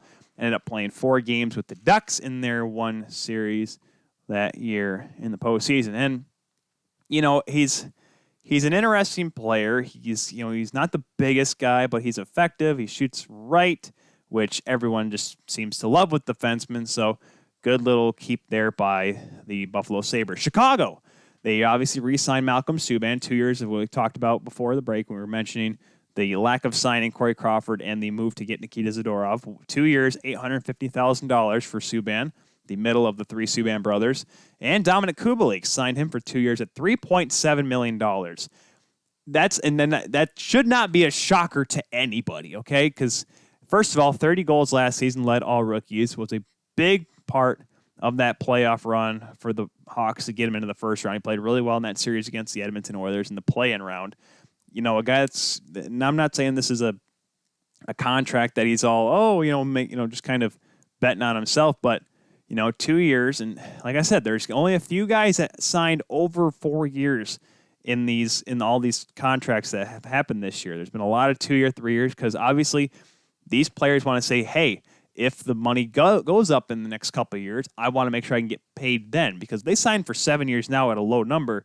Boy, when the money does go up and the cap does go back up, Nathan McKinnon, listen, guys, I'm just saying that's not quite comparable to the player, but in the type of contract, he signed a long-term deal to say, hey, let's just get signed long-term. I'm a good player, $6.5 million.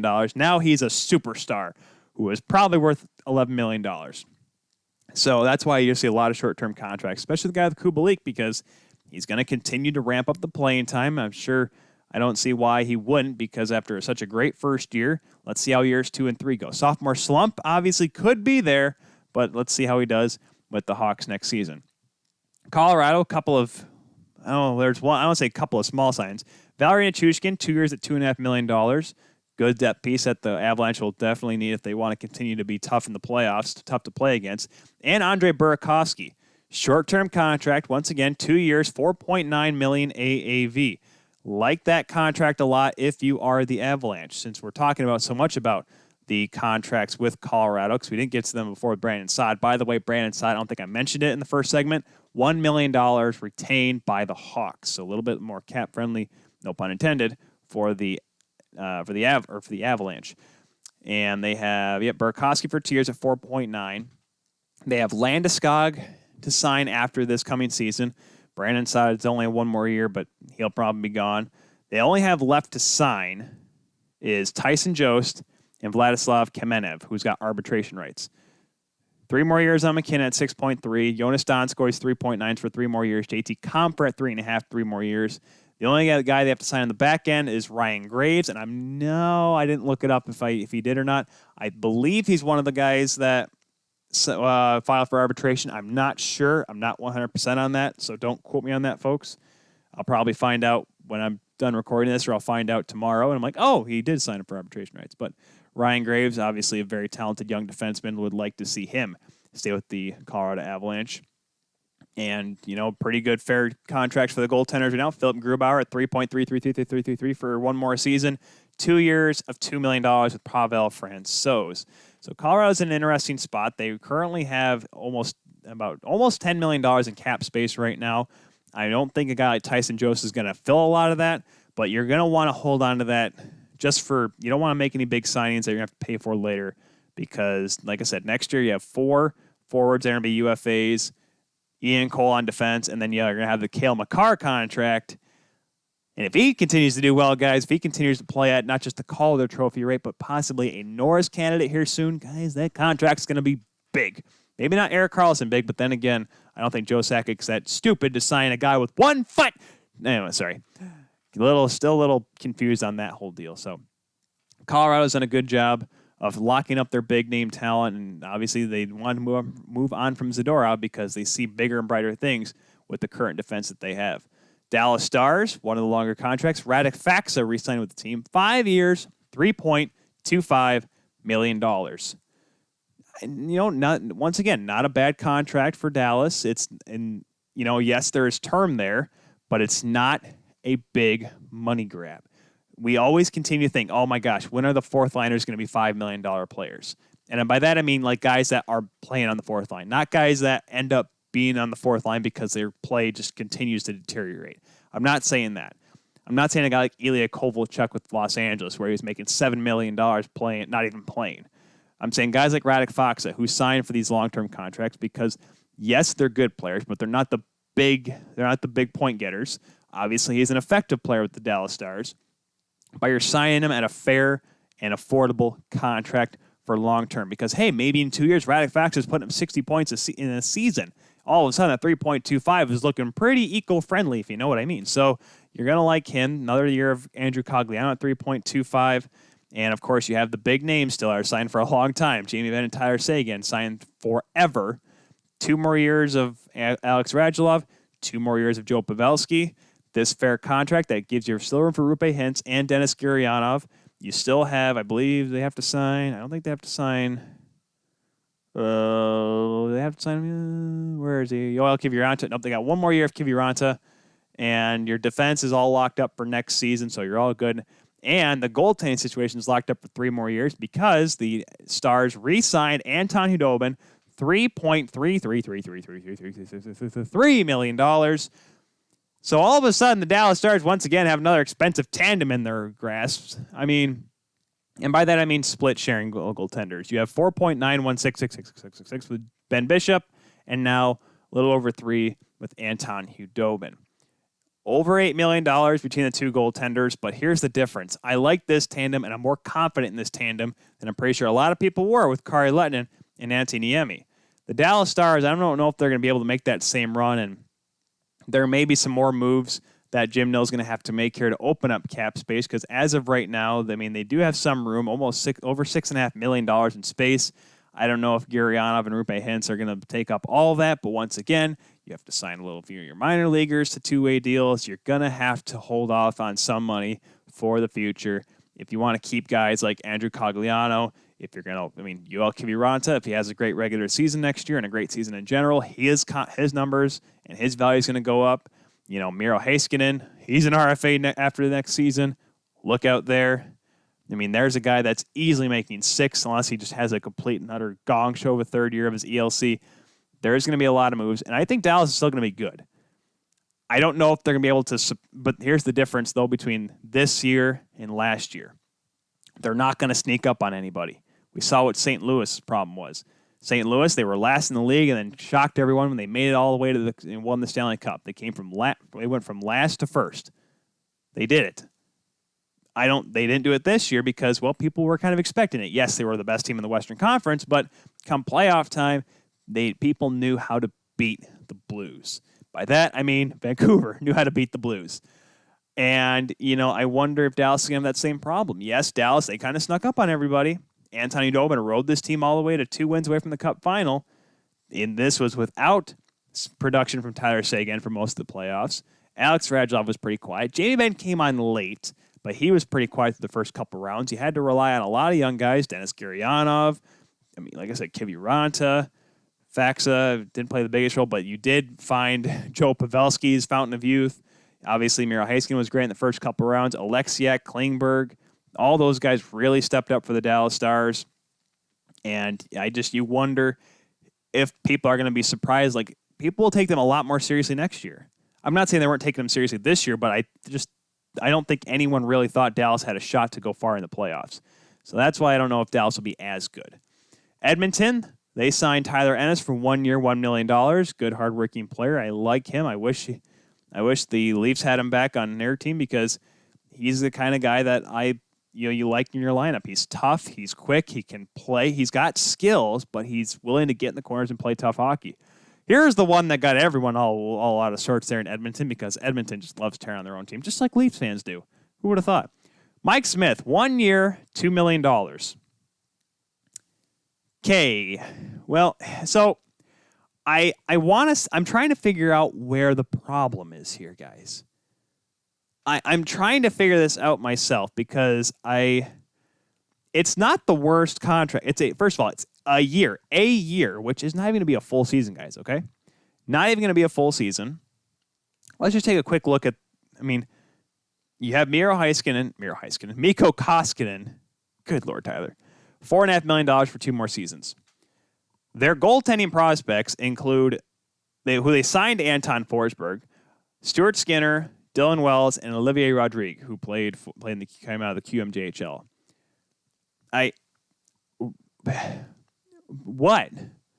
What is the problem here?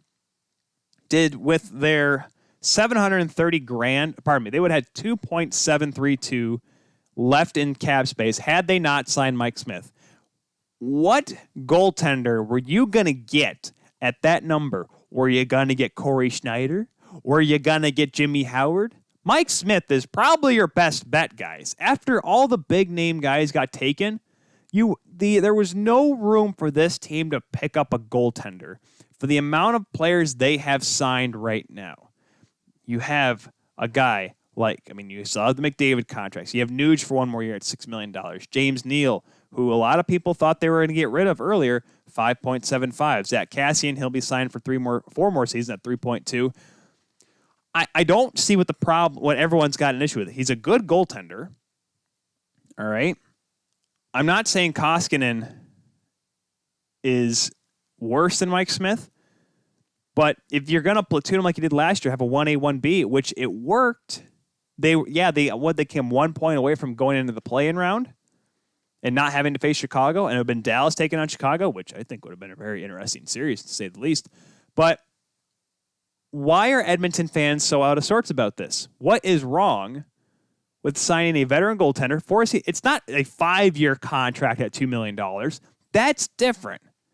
This is for 1 year just to see, hey, maybe one of our goaltenders will start to develop down in Bakersfield and maybe we could bring them up after. Because right now there's no sign of Bakersfield, any of the goaltenders down there in the AHL, proving that they can be in the NHL.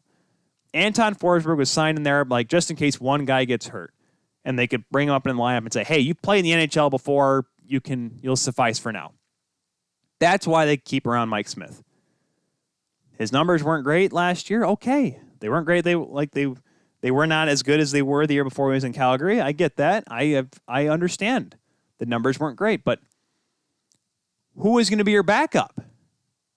That is where you have to understand what Kenny Holland's looking at here, guys. It's not like he signed him for $6 million or a long-term deal. He signed him for 1 year to give you guys a backup. I don't see a problem with that. And again, that's just me. Could be wrong. Montreal, a couple small notable re-signs from them. Victor Mete, a back end, two defensemen actually. Victor Mete is center. Sorry, one up front, one in the back. Victor Mete, 1 year, $735,000. Xavier Ouellet signing for 2 years, AAV of $737,500.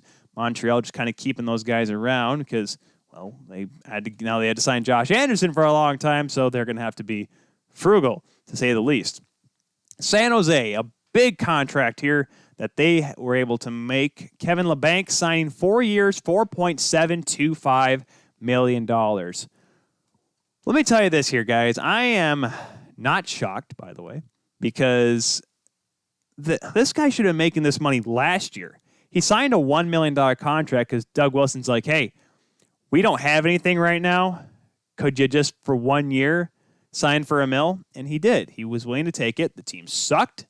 And now he's like, all right, you owe me one now here, Doug. Let's make this happen. 4.725. That's not bad. That's more fair of what Kevin LeBanc has earned. The Sharks are a team that I don't know. They get Devin Dubnyk in the trade with Minnesota. You still have Martin Jones there for a lot of money. And unless Martin Jones picks it up this year, guys, this is going to be another rough year for San Jose. Obviously, it sounds like Joe Thornton's on the out. Same thing with Patrick Marleau because they're still on the block. They may sign in a month or two, but it won't be for anything. I don't think if it's anything over $1 million, I'll be really surprised. But San Jose is going to be a very tough team. Tampa right now, obviously, there's a couple other signs. They want to talk about Sergachev and Cirelli, but they do sign Luke Shen and Patrick Maroon back. Shen at 1 year, $800,000. Maroon 2 years at 1.8, $900,000 AAV. Hey, those guys ended up being big breadwinners for your team in the playoffs. Luke Shen played a very tough role in the back end. Who would have thought that he would have been an actual vital asset in a playoff for any team of any kind? He was able to do that in sparing minutes with the Tampa Bay Lightning. And Patrick Maroon, we saw how, obviously the leadership was there and the toughness with that, with him, Blake Coleman, Yanni Gourde playing tough, Barclay Goudreau, those guys all putting together a very tough back end bottom six for the Lightning, which made them, I think, a better contender. We talked about that with Harrison Watt after the Bolts won the Cup. It was that type of change in the lineup and that type of mindset altering that made Tampa a more formidable team. They were not going to get pushed around because they had those guys back there that could play tough minutes, can play some tough hockey, ended up playing big boy hockey, playing those kind of minutes, and that's why Tampa rewards them with extensions. Tyler Mott re-signs with the Vancouver Canucks. He signs for, I didn't get there wasn't the dollar amount last time I checked, $1.225 million for the next 2 seasons. I like Tyler Mott. It's not just because he played at Michigan. I just like Tyler Mott. He's a very feisty player. He's got some skill, but he's shown that he's better in a depth role. Vancouver really liked him, and he did play. He wasn't obviously effective throughout the entire playoff run for the Canucks, but he had his moments, and I definitely believe he'll continue to be a very popular asset with Vancouver. Vegas makes an interesting re-signing here. Obviously, after the Robin Leonard deal, obviously money was going to be tight, and technically it still is. Thomas Nosek, a guy that I was certain that they were going to let go simply because of the fact that I didn't think they were going to have any room for him, but he signs for 1 more year with the Knights, $1.25 million, a whole $250,000 more than he made last season. Not a guy that's put up a whole lot of numbers, hasn't really also has not been given a great opportunity since being picked up by Vegas in the expansion draft. I pegged him as a guy that Minnesota could look at signing here in the offseason to add some more depth for them and their scoring and their upfront. But Vegas is going to keep him around for another year. I think they're just more or less maybe just trying to fill roster spots and maybe just say, hey, one more chance or else we're going to have to let you go. And I think that's what the ideal or the thought here is with Thomas Nosek, sign him for 1 more season. Washington keeping up on the back end, making them a little bit tougher. $3.9 million for 4 seasons. Brendan Dillon. Big boy Brendan Dillon. And Washington, because there's a couple signs we'll get to a little bit later on with them. Interesting to see them keep Dillon around because this is a team they want the veteran defense, but that right now they're in an interesting area because you don't know if they're going to be good again next year. Yes, they won the division the last 2 seasons, and Washington lost in the first round this past year to a very tough New York Islanders team. The year before that, the Carolina Hurricanes. But they're just going to probably let's just kind of play around a little bit, see how this goes. Let's see what Peter Laviolette does, if he's going to actually try to revamp this team and make them a team that's going to be a contender again. Because as we saw and as we heard, this team did not want to be there. They didn't care. So are they going to start caring again? They won their cup, but now it's been 2 seasons. Do you think that's obvious, maybe getting to the boys a little bit and be like, hey, we were good. Let's turn this around. Let's start playing better again. And maybe a guy like Brendan Dillon can keep that spark with the Capitals and his big physical presence.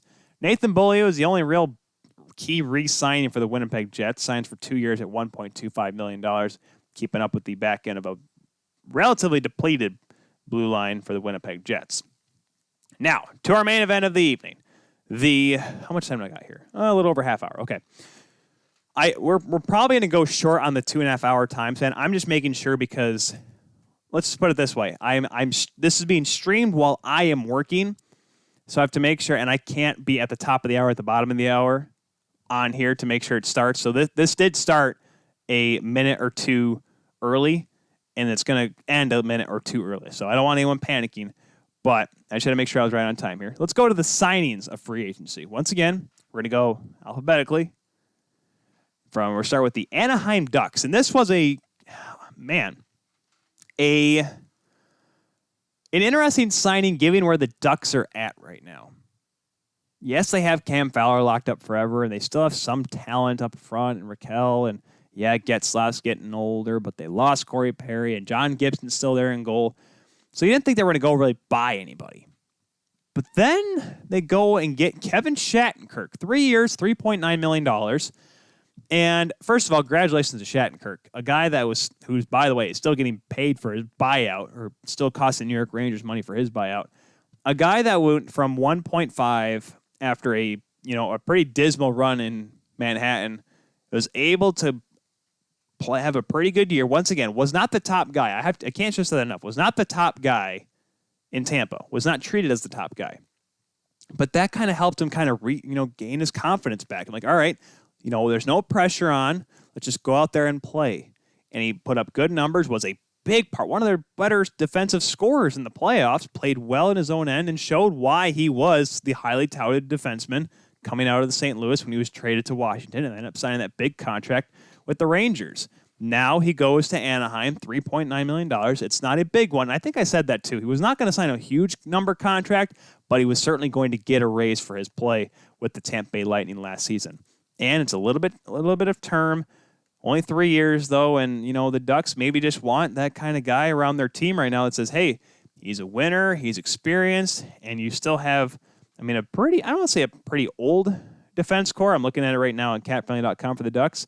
You have Cam Fowler, Hampus Lindholm, Josh Manson, and Kevin Shattenkirk. Kristen Juice is a $1 million for one more year, $1 million with Cody Curran for 2 years, and 1.2 for 2 years with Jacob Larson. So you have a mixture of experienced defensemen, but adding Kevin Shattenkirk at least gives them a solid top 4, which for Anaheim they have not had in some time.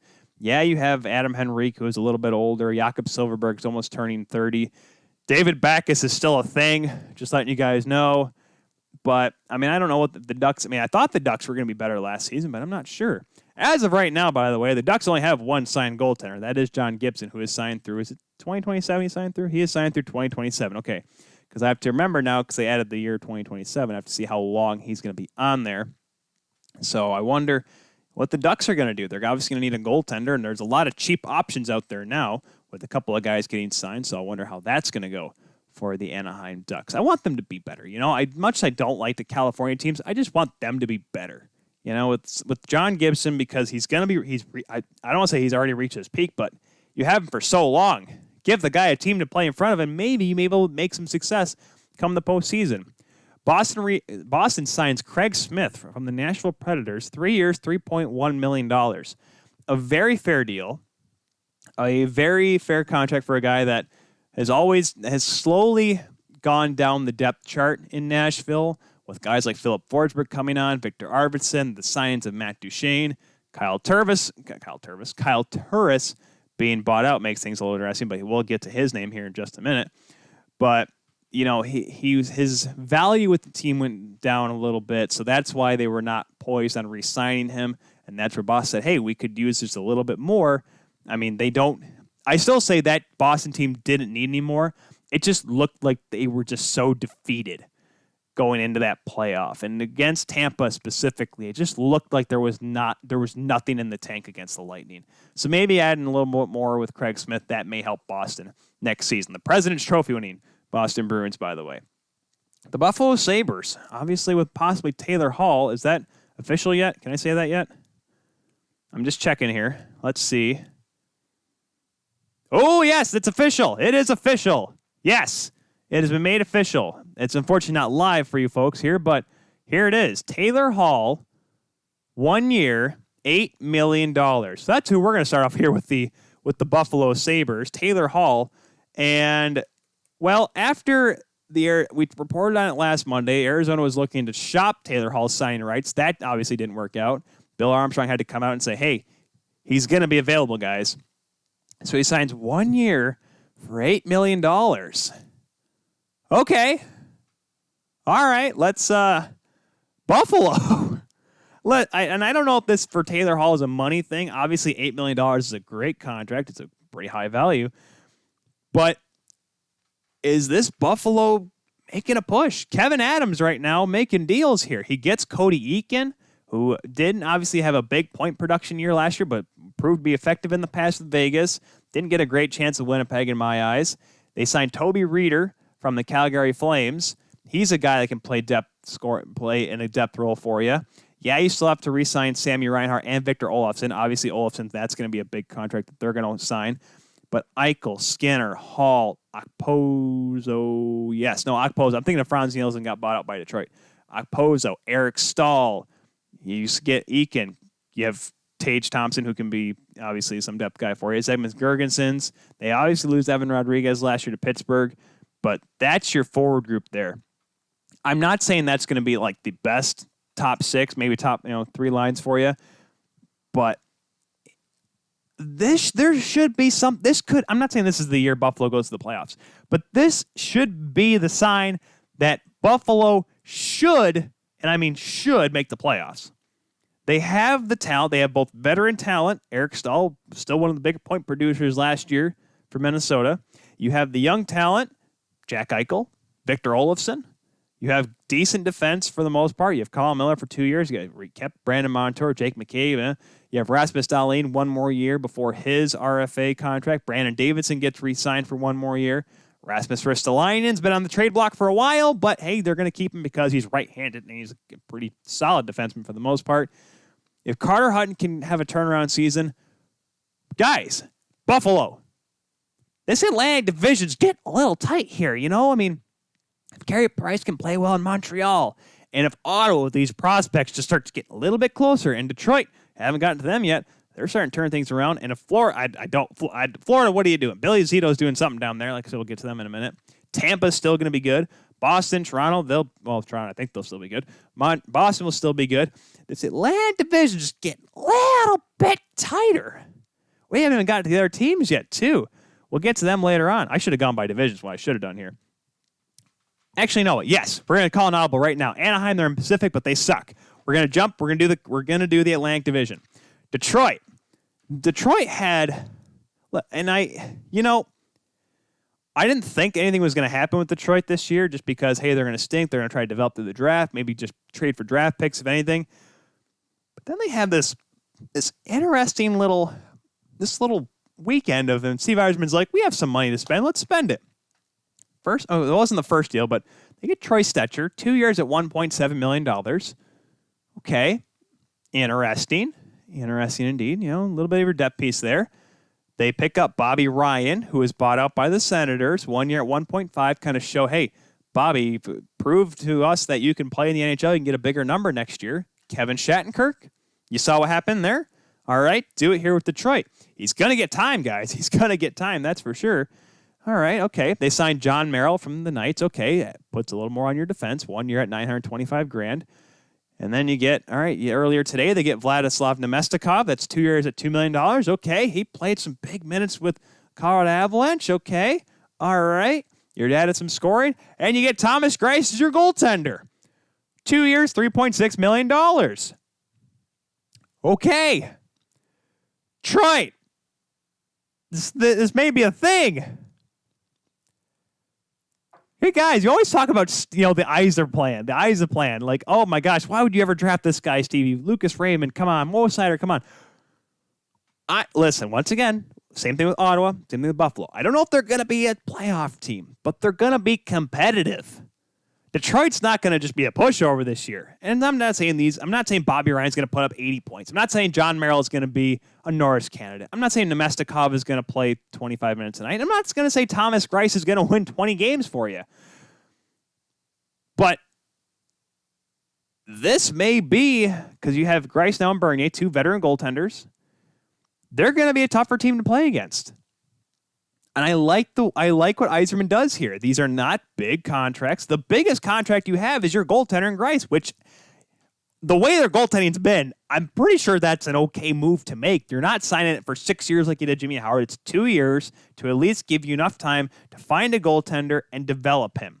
Or if anything, give yourself enough time to save enough money or maybe make this team a little bit better that you can buy a goaltender. People are all out of sorts they didn't get Jacob Markstrom. Listen, getting Jacob Markstrom was not going to solve this team's problem. It was not going to make this team better. The only thing that was going to make this team better is to continue to develop your forwards and your defense. Everything up front. You can buy a goaltender later. You can maybe wait to develop a goaltender because this team's not supposed to be good for a while. That's why these contracts, listen, Troy Stetcher is not going to be a game changer. John Merrill is not going to turn around the franchise. Bobby Ryan is not going to return to the same form that he was back with the Ducks. But it'll make them better. You're going to have veteran experience, help these young kids along that are coming up from Grand Rapids.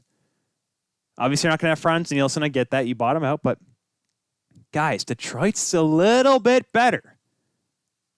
Whether or not they finish in the bottom, I don't know. I don't know who's going to be in the last. I think L.A. I'm pretty sure L.A. will still finish last. L.A. is my early pick to finish last next season. That's my pick. Detroit, though, I'm going to be listen, if you're playing against them, I'm not going to be like, this will be easy 2 points. Like, that was last season. I was nervous that they were going to lose to Detroit. Now I'm nervous that Detroit may play it like, it's different when you go up against a team and they lose to a team that they should win. Like, oh my gosh, you lose to a team that you should have beat. But now it's like, I'm a little more nervous because now Detroit's looking like they're trying to do something now. They're not going fast track to going all of a sudden, all right, we're buying in right now. This is the window. No, they're not there yet. But they're tougher. They're going to be pesky. And they're going to beat some teams that people think, oh, you should have beaten the Wings. Well, Detroit's a little bit tougher this year, guys. You can definitely quote me on that. Going to now the Florida Panthers, couple of interesting moves. They get Radko Gudas, who a lot of people thought was going to go to Toronto, simply because of the fact that big right-handed defenseman, you need to add toughness. So, yeah, you think that's the guy. Well, he goes down to the Sunshine State, 3 years, $2.5 million. Not a whole lot against the cap for them. Carter Verhage for 1 year, $1 million. A little depth piece out there for you. And Alex Wenberg. Not a bad contract at all here for him. 2 years at $2 million. Panthers getting a little bit tougher themselves. And I just think last year it was a mixture of bad goaltending mixed with kind of inexperience. What time am I at here? Okay. Oh, I got 20 minutes. Okay. Got to run through here because I'm barely out of the Atlantic now. I mean, they still have Huberdeau, Barkov. They just got Hornquist. Connolly, Vetrano, and Alex Wenberg. Sorry, 1 year at 2.25. They get him away from the Columbus Blue Jackets, which was a buyout that they got from last season. Last season, yes. Yes, they bought him out and they re-signed him. Right? No. Yes. No. Maybe so. Where did Alex? No, they got Alex Wenberg. Yeah, from Columbus. I'm losing my mind here, guys. Sorry. I'm looking at it as cap-friendly. It got really confusing for a second. Florida's going to be a little bit tougher. I just think if they get the right pieces together, Bill Zito has come out and said, they haven't re-signed Evgeny Dadonov yet, but he's come out and said that it seems like everyone but Barkov and Bobrovsky are up for discussion, which makes it interesting because I wonder what Quenneville's saying to Bill Zito, saying, hey, I like this guy. Of course, I'm sure Quenneville would like a lot of players, but obviously it's getting them to come to Florida to go play for the Panthers is the tough part. I like what Bill Zito's doing. He's being active. He's not just sitting back and trying to figure out what his team is. He's going right in there and saying, listen, I've seen you guys have talent, but we got to get better and right in some parts. That's why you sign experienced defense, and you add a couple pieces up front that could maybe add some depth for you and give your top guys a little bit of a reprieve. That's where I like where Florida's at. Moving on down now to the Toronto Maple Leafs. We talked about Boston doing a little bit, Buffalo doing a little bit. Ottawa has not done any big signings yet. Obviously signing a guy like Matt Murray, that's going to take up a good chunk of change for you. Am I missing anyone else? Montreal hasn't done anything. Neither has Tampa, at least nothing notable. So Toronto's the last team here. They get TJ Brody for 4 years. I know it sounds like a lot because he's old, but $1.25 million. That's not a lot against the cap, guys. Even if he's your third pairing defenseman, having that 1.25 I'm okay with. So I'm okay with TJ Brody signing. Then you get bigger guys, then you get Zach Bogosian for 1 year at $1 million. Right-handed defense, tough guy. You couldn't get Gudas, you get Bogosian, Stanley Cup winner. Played some pretty big minutes after he got bought out by Buffalo, I understand that, but he still played some big minutes on that third pairing for the Lightning this year. I like where he's at, and I think that he'll be a good piece for them. And the big one, and I say the big one because it's Wayne Simmons, Scarborough boy. No move clause, but 1 year, though, $1.5 million. There you go. The Leafs fans, Leafs Nation asked for toughness. You got toughness. You have Simmons. You got Brody. You got Bogosian. You wanted toughness? You got tough. Yeah, you had feistiness with Kapanen and Janssen. But now you have toughness. And now we're going to see if it actually works. Because it's not just a guy like David Clarkson coming in and trying to be tough because he didn't do anything. Now these are guys, and because people expect him to both be tough and produce. That didn't work, obviously. Now we're looking at a hockey club that is supposed to be tough now. All right. Let's jump to, what's my next one? We went to Buffalo. Let's go to the Metro Division. Carolina signed Jesper Fast, 3 years, $2 million. Not a bad contract for another decent player. Carolina, I don't know if Don Waddell's going to do any more big moves. Obviously, you still have Svechnikov. You have Sebastian Aho. You have the talent still there. They just ran to Boston once again, and that's tough. I mean, they played a little bit better, I thought, but we still see, I think that's just for them, young growing pains. You still have good goaltending, Mrazek and Reimer. You want to be a little bit more developed with Nedlovich and all that, so I think that's what they're going to try to focus on maybe. But I like where they're at still. So just adding a guy like Jesper Fast, a depth player that you can insert into the lineup whenever you need it, that's going to be good for Carolina. Columbus, obviously they get Max Domi. That's a big move, but the pain in the derriere for me of this one, folks, Mikko Koivu. He signed with them. Same with those 2000 expansion teams. Mikko Koivu signed a 1 year, $1.5 million. It sucks. For me, once again, that's a thing because he played for Minnesota for so long. He was one of the longest term captains for the team. I believe he was the longest captain for Mikko Koivu. So it sucks to see him go, and it sucks to see him sign with a different team. But obviously, that's the nature of the business. He thinks he can still play, and Columbus would like a little bit of depth on their center. So why not give him a go? Moving on down now to staying in the Metro, New Jersey.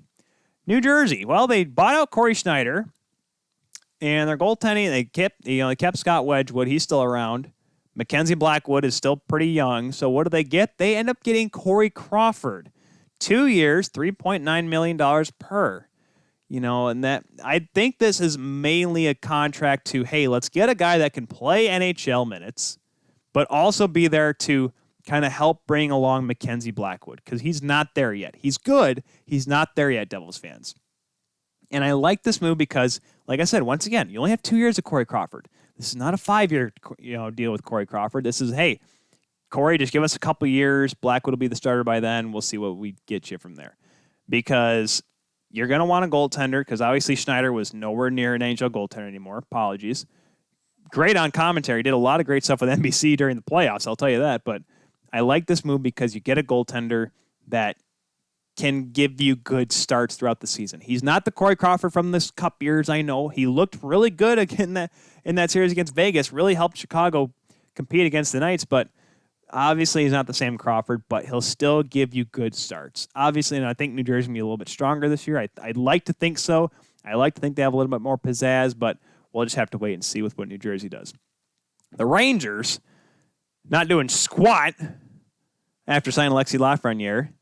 However, they do get Jack Johnson for a year for $1 million, so we'll see how that one goes. That's a contract because you get rid of Mark Stahl, so I guess you just have to fill the roster spot. You don't have to pay Mark Stahl money, so I guess that's okay. But Jack Johnson moves on now to the Rangers. Pittsburgh, a couple of small contracts. Obviously, the Leafs were not going to re-sign Evan Rodriguez, so they get him back for $700,000 and Mark Jankowski. Obviously, Pittsburgh not looking to spend a lot of money. They don't have a whole lot to spend. So they're just trying to stay competitive. Like I said, they got Kapanen. They have Tristan Jarry. This will give Casey DeSmith a great opportunity to play some more NHL minutes as well. Makes me wonder what the heck they're going to do down in Wilkes-Barre with their goaltending, but that remains to be foreseen in there. The last one, the Washington Capitals. When I mentioned the fact that they re-signed Brendan Dillon, I said, I'm like, okay, maybe they'll be a little bit tougher. They had Justin Schultz, who is not a bad defenseman, 2 years at $4 million for Justin Schultz, and Trevor Van Riemsdyk, 1 year at $800,000. Okay, so defense was obviously a question mark. They still have Johnny Carlson, obviously. Still good there. But obviously, what about the goaltending? They have Ilya Samsonov, who seems to be this up-and-coming prospect who has a lot of potential. So they signed Henrik Lundqvist, 1 year, $1.5 million. I wonder what Obviously, he's going to be. I feel like he'll be the 1B in this scenario, unless Washington thinks he's going to be their guy, which I'm pretty sure now it makes Carolina not even want to play the Washington Capitals even more. Now they have Henrik Lundqvist, who just seems to beat them all the time. Washington, I'm interested to see how they're gonna play out now, because they have two goaltenders. They have a young, promising goaltender and now an established, older goaltender who's not the same Henrik Lundqvist from half a decade ago, but I digress. He's still good, and now their defense is a little bit stronger, I think. TVR obviously was starting to go on his way out with Carolina. I get that. Science back with the division, the team that beat him quite often, except for the playoffs, seemed like. So I'm interested to see Washington. I don't, unless the Islanders figure out how to play a full, consistent regular season, I don't see how Washington doesn't win the division this year. I don't think Carolina's ready to make that jump yet. Pittsburgh's not going to be strong enough. The New York teams are not going to be either the Rangers or the Devils. They're not going to be there yet. So Washington still has a great chance to win the division, unless Philadelphia, who has been extremely quiet over the past few days, unless Philadelphia has another great season. Philadelphia, I think, if they put it together again like they did last season, no question in my mind that Philadelphia wins the division. Because don't forget, if that season had gone 82 games, guys, I'm pretty sure Philly would have won last year. They would have won the Metro, and they wouldn't, they still were the top team coming out of the qualifying round, or the round robin in the qualifying round, beat Montreal, just ran into a really good Tampa team. That's all it was. That was the long and the short of it for Philadelphia last season. Moving to the Central Division. Make sure I get this right here. Central Division. Yes. Where am I here? No one in the Central except for okay, there we go. Only a couple teams making headway. Actually, 4 of them are. I forget they're all in the bottom. I'm going alpha. Now I'm skipping around on my list here. Cam Talbot to the Minnesota Wild. Dang it. I say dang it because I really thought Alex Stalock was going to get the shot, I thought he's going to get his time to be a starting goaltender. Billy Guerin apparently just does not listen to me or like what I ever have to say, because he goes out and gets Cam Talbot 3 years at $3.6666666667 million. All right. You have a starting goaltender, Minnesota. We saw it. Talbot can still be a number one goaltender. We saw that in the playoffs. Big Save Dave is obviously going to be the guy in Calgary now. I just wonder pardon me. I said that. Now I just realized who they signed. We'll get to that in a minute. But Cam Talbot, I like it because I want Minnesota. This team may be a fringe playoff team again, but now they have the goaltending to do it, to be a team that can make the playoffs. So I'll be interested to see what they do. Nashville, Mark Borowiecki. 2 years, $2 million. Well, the longtime Ottawa Senator finally, he gets a payday. No, he gets an opportunity to go to a new home, following in steps of one Mike Fisher, who got dragged out of Ottawa by his wife. Traded, but that's neither here nor there. Good to see Borowiecki getting a deal. Matt Benning, because the Nashville Predators seem to be trying to bolster their defense a little bit with experience. Matt Benning, 2 years at $1 million apiece. So Nashville, I'm not saying they're going to be good, but they are trying stuff. They're adding bodies to the back end. Whether or not that makes them good or bad remains to be foreseen. The St. Louis Blues. This one broke earlier today on this Sunday. Kyle Clifford, 2 years at $1 million, and what you lost in Patrick Maroon, you get back in here in Kyle Clifford. And I'm a little disappointed the Leafs didn't try to make a good run at him, because we saw with Clifford last year, he added that much needed toughness to the team. Now they obviously added more with guys like Simmons and Brody and Bogosian, but the Blues get a guy that I think they really missed out on last season. They needed a little bit more physicality, a little bit more toughness, and they're going to add a little bit more to their defense with Torrey Krug. 7 years, $6.5 million. Suck it, Boston! Out of all the guys, because the funny thing is, you look at that contract, that dollar amount, that sounds like something he would have signed with the Boston Bruins, because it sounds like a very cap-friendly deal for a defenseman of his caliber. Anyone who gets a guy like Torrey Krug at 6.5 is great. You would have thought that's what would have been Boston's number for him.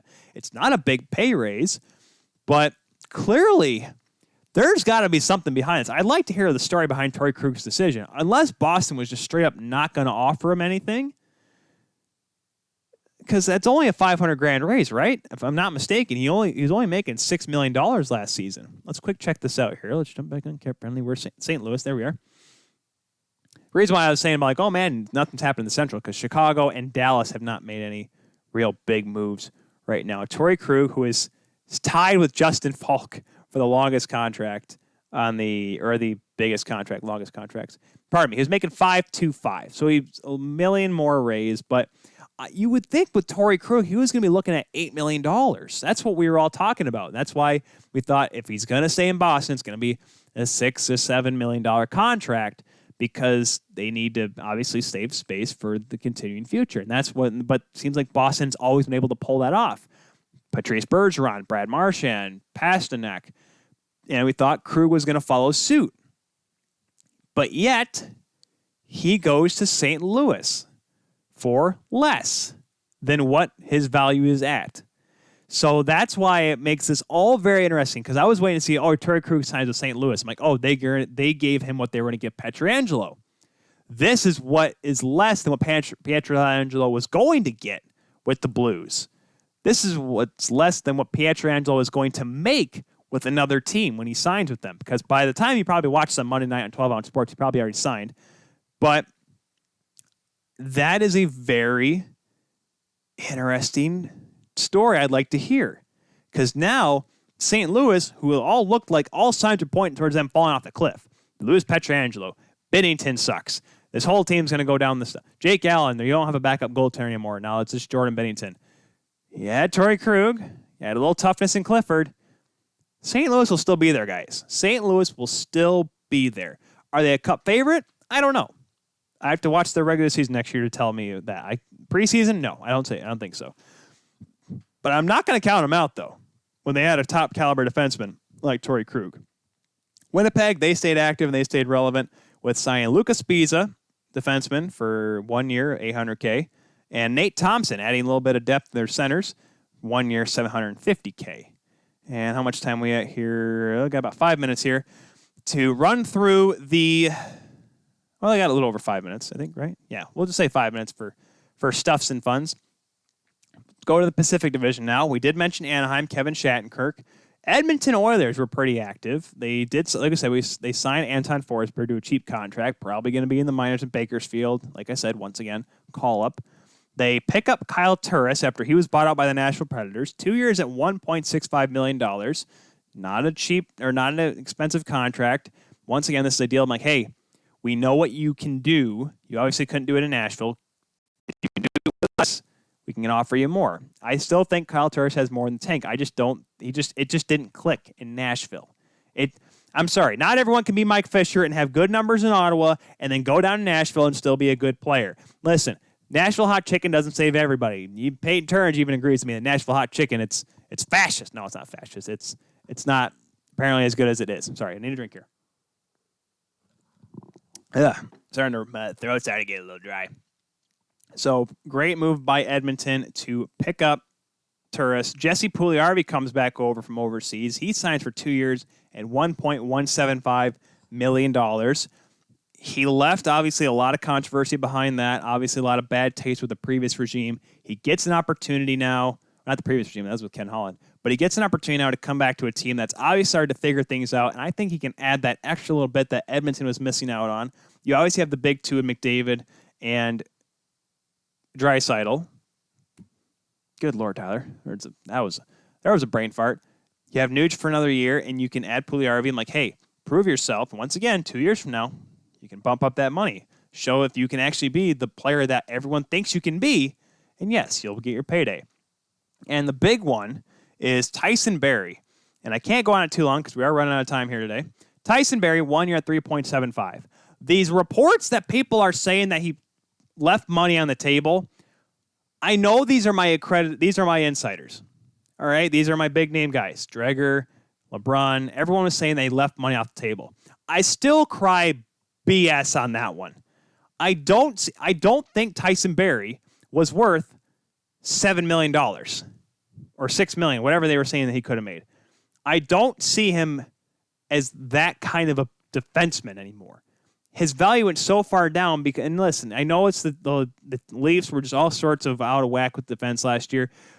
I just would like to figure out that if this team's actually good enough, like if the Oilers were that good that he left money on the table, unless it was only like awful teams offering him a lot of money, like say the Wings offered him $6 million or New Jersey offered him $6 million, okay, but I don't think any competitive contending team was offering $6 million or $7 million.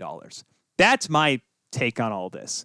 So 3.75 for a year is literally like, all right, I need to be able to get back up. That's why, like, if this was like a 5-year contract, it'd been different.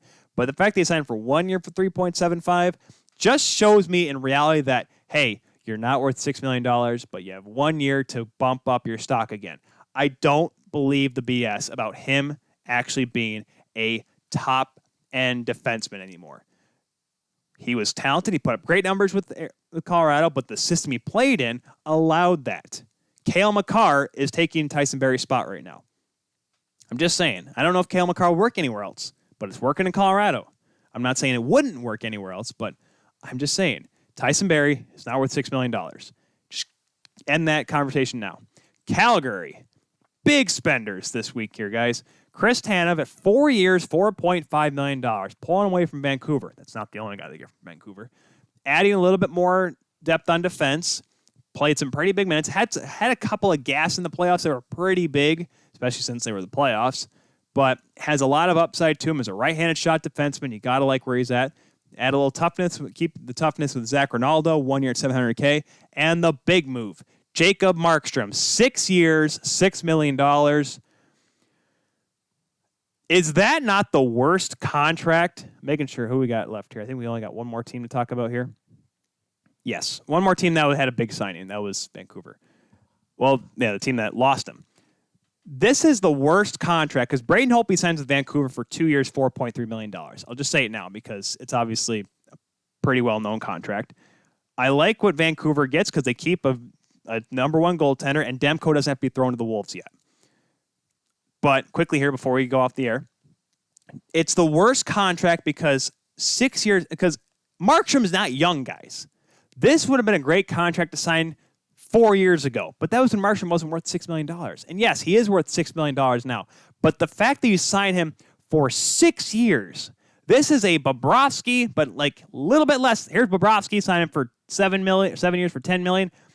Markstrom's right here. Carey Price is both beneath both of them in terms of bad contracts. This contract looks horrible. They may win 40 games next, or they may win 50 games next season, guys. Calgary will. They may win 45 the year after that. They are going to lose a lot because Markstrom's going to get older. The team's going to get way older. Johnny Gaudreau is still not going to produce in the postseason, and it's going to be a waste of a contract. I like the fact that they add a number one goaltender who can prove that he's a number one goaltender, but I just don't like the contract for the term that they're giving him. That is my problem with this, guys. I don't like it because of how long they're going to pay him for. But that is it for this one here on this very packed show of the Keelis Show. Hopefully it's not as well. It'll still be packed the week after because we got a guest coming up on the 19th. We'll definitely talk about that later on this week. Thank you all very much for watching today's show of the Keelis Show, whether you're watching it on the recording on the Keelis Show YouTube channel or listening on the favorite podcatcher or watching it live on Monday night. Even though you didn't watch it live, you're just watching it streaming on Monday night on 12 Ounce Sports. We'll be back next week. Be sure to use the hashtag TKS at the Keelis Show on Twitter, Facebook, and Instagram.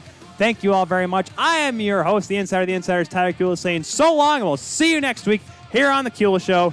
Goodbye.